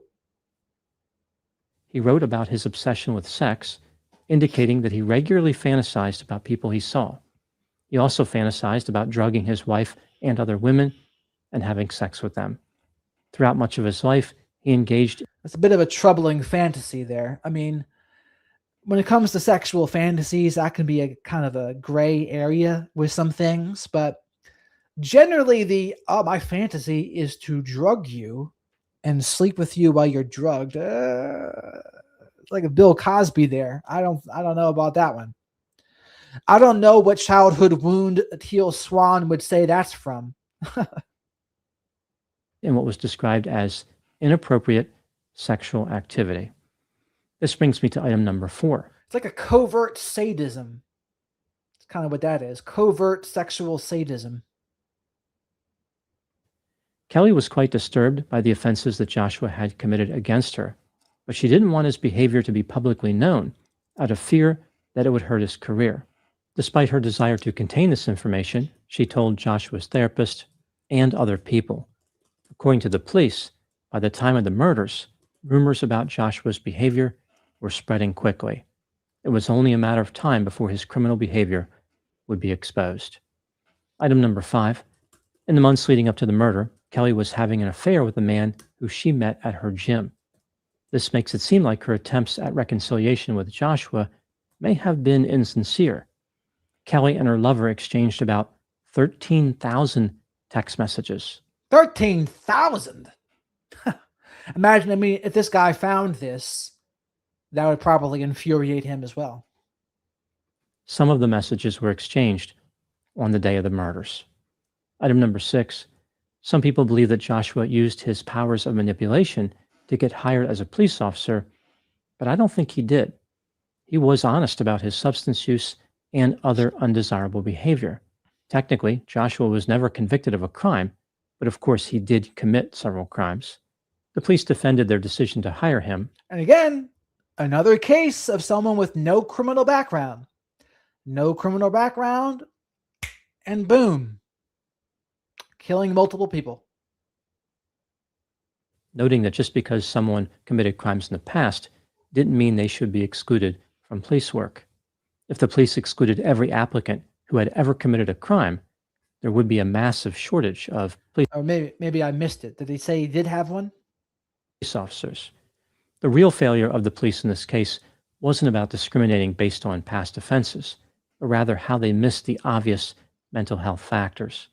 They dismissed Joshua's repeated and heavy use of substances as inconsequential. He should have never had access to a firearm, yet the government handed him one. And like I said, the police is a common profession because for not that much work for narcissistic people, you get a lot of power and control over other people. And you get authority over other people. And for the amount of power they have, it's probably one of the least amount of, you have to do the least amount of work to get it, if I had to say. So that kind of thing is going to be very attractive to narcissistic people. But that being said, the police needs to know that, and you need to screen that shit out. Which he then used in the murders. Item number 7, the crime that Joshua committed, the killing of multiple family members, is referred to as familicide. It is relatively rare, but it has been studied by researchers. Here are some of the characteristics of this offense identified in the research literature. The vast majority of the offenses are committed by a white male between the ages of 30 and 50 against a romantic partner of a similar age. 79% of the women murdered have been mistreated by the killer prior to the offense. A firearm is the most common choice of weapon. The killer often has cluster B personality pathology, that is, antisocial, narcissistic, borderline, and histrionic personality features. Indeed, they do. The killer had the tendency to dominate in his romantic relationships, consume substances, maintain a patriarchal perspective, and had a history of being mistreated during childhood. There are several possible motives for this type of crime, with the 3 most common being financial, a need for control, and revenge. With financial, the killer believed that he was protecting his family from poverty, like there was some type of financial distress and he didn't know how to get out of it, so he thought that his family not existing would be a better route to go. With the need for control, I mean, foolishness, but that I doubt that's what it was. It was really more about losing control. The killer was threatened by separation and killed his family while thinking something like, if I can't have them, no one will. Here we see the killer is unable to separate himself from his family. He thinks that everyone is in one unit. They either live together or die together. And with revenge, the offender was angry at his lover for having an affair. When looking specifically at the case of Joshua Boren, he had many of the common characteristics for a familicidal offender. Now moving to my final item, number 8. What do I think happened in this case? This is just a theory, my opinion. Joshua was immature, impulsive, irresponsible, self-centered, insecure, vulnerable, vindictive, sadistic, cold, callous, and had a sense of entitlement. He was obsessed with sex and had mistreated his wife in line with his sadistic tendencies. As a police officer, Joshua regularly humiliated criminals who committed crimes involving sex. He wanted everybody to know how they were horrible people. What do you call that? Projection. Their accusations are confessions. It's wild how all of that happens, right? And I do think about that a lot too, right? You see people online. I've often wondered if the people that scream the loudest about child SA, maybe they are projecting sometimes as well. You never know. You never know out there. Journal, he admitted that he was just like them. Joshua was a criminal as well as being a... Thank you very much for this to Thrive. I thought this was one of Dr. Grande's better analysis explanation of narcs. I agree with you. This is better than I think a lot of the ones I've gone over of his recently. This goes into a little more depth. And perhaps he can because they're all dead, right? So maybe, I don't know if that played a part. But this is good. This is a good explanation by him.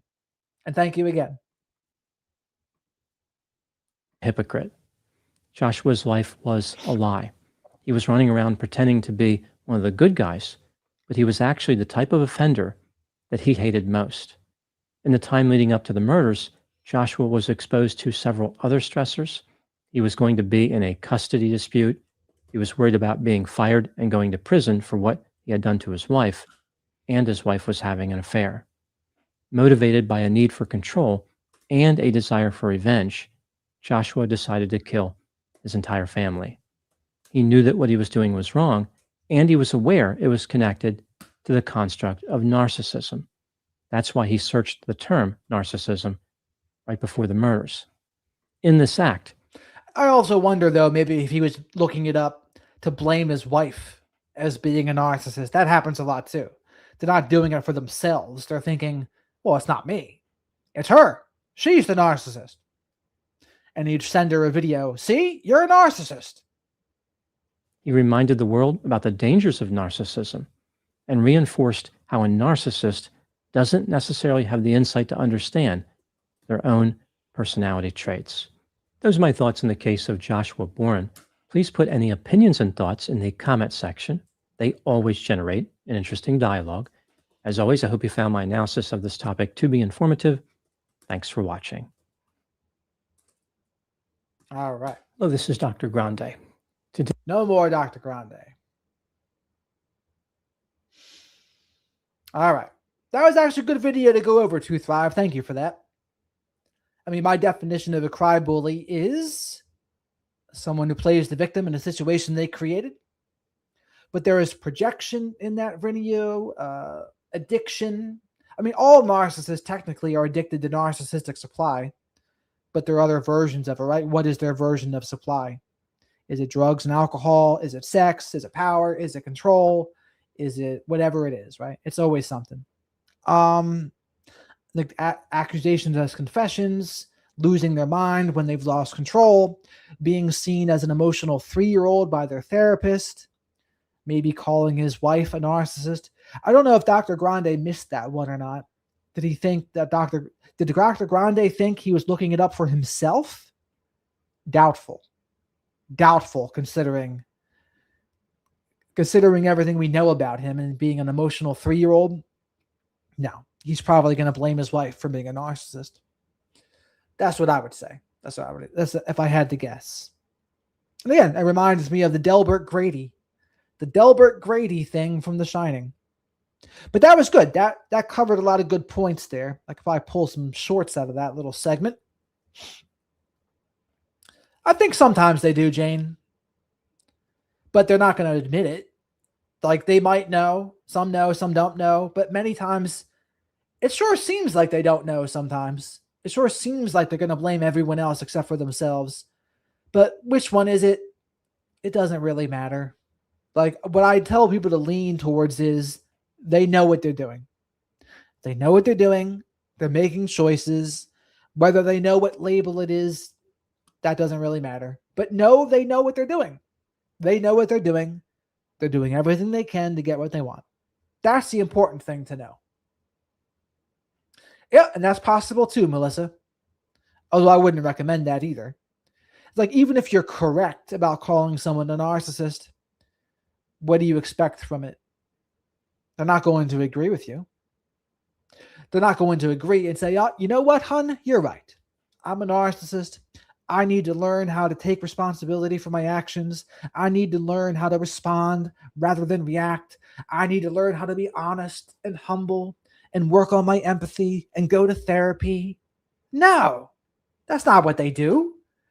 Instead, they'll be furious and just say, no, you're the narcissist. That's what I would think. So that's why I say don't bother calling them one, even if it's true. It's just not going to go anywhere. So the important part is, if you think someone is, that you act accordingly. That's what's important. Much more so than you telling them. Telling them would just go nowhere. That's what I would say. And I'm also skeptical. There's a lot of people that, like, if I ever engage with people in the comments, there's a lot of people where if they don't like what I say to one thing, they'll instantly call me a narcissist. And that's something I've always been skeptical of too. The people that, when there's just one sentence and then the next sentence, oh, you're a narcissist. It's like, oh, that's interesting. But they do it. I don't recommend that, though. I don't recommend anyone throws around the label willy-nilly. And that's where a lot of therapists now, there's a group of therapists, that's what they do. They call out people in my space saying, oh, you guys are saying everyone's a narcissist. It's like, no one's saying that. We're describing what narcissists do. I don't tell anyone to tell others they're a narcissist. I say, this is what they do, act accordingly. But some of these therapists have built up a straw man. And my suspicion is these various therapists that hate the word often maybe a little narcissistic themselves, perhaps. And that's one of the reasons why they hate it. I'm glad you enjoyed it, 2 Thrive. My covert narcissist twin sister is a total cry bully. Well, I invented the version of that definition of someone who plays the victim in a situation they created. Eva, welcome. Generally, they are. Generally, narcissists are charismatic. And don't even bother with the stats, Melissa. What matters is the narcissistic operating system. That's what matters. And that's someone that, when you put their behavior through the lens of, is it about power, control, managing their image, narcissistic supply, and avoiding accountability? If so, they probably have a narcissistic operating system. Doesn't matter if they have NPD. The diagnosis of NPD misses the mark to me for many reasons. One, most of them aren't getting diagnosed anyway. Two, I think the impairment part of it can be hard to notice because they're impairing other people's lives sometimes more than their own. Now, with this police officer, that wouldn't be true. He was impairing his life and the therapist saw it.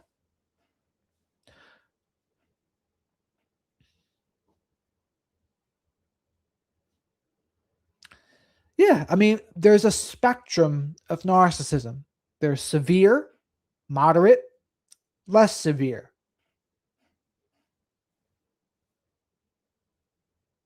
The external traits don't always signify the internal experience. It depends, right? I mean, it's very hard to make generalizations about these kinds of things. Each person I would say something different about, more than likely.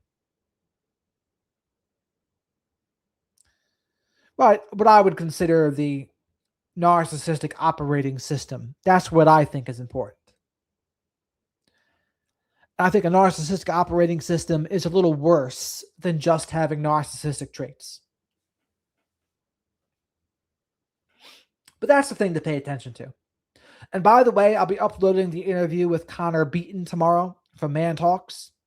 We had a good chat with him. It was interesting. Now, Nick Reiner was very awkward and not charismatic.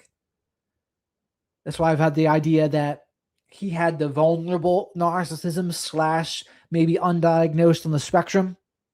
Bad combo. Bad combo.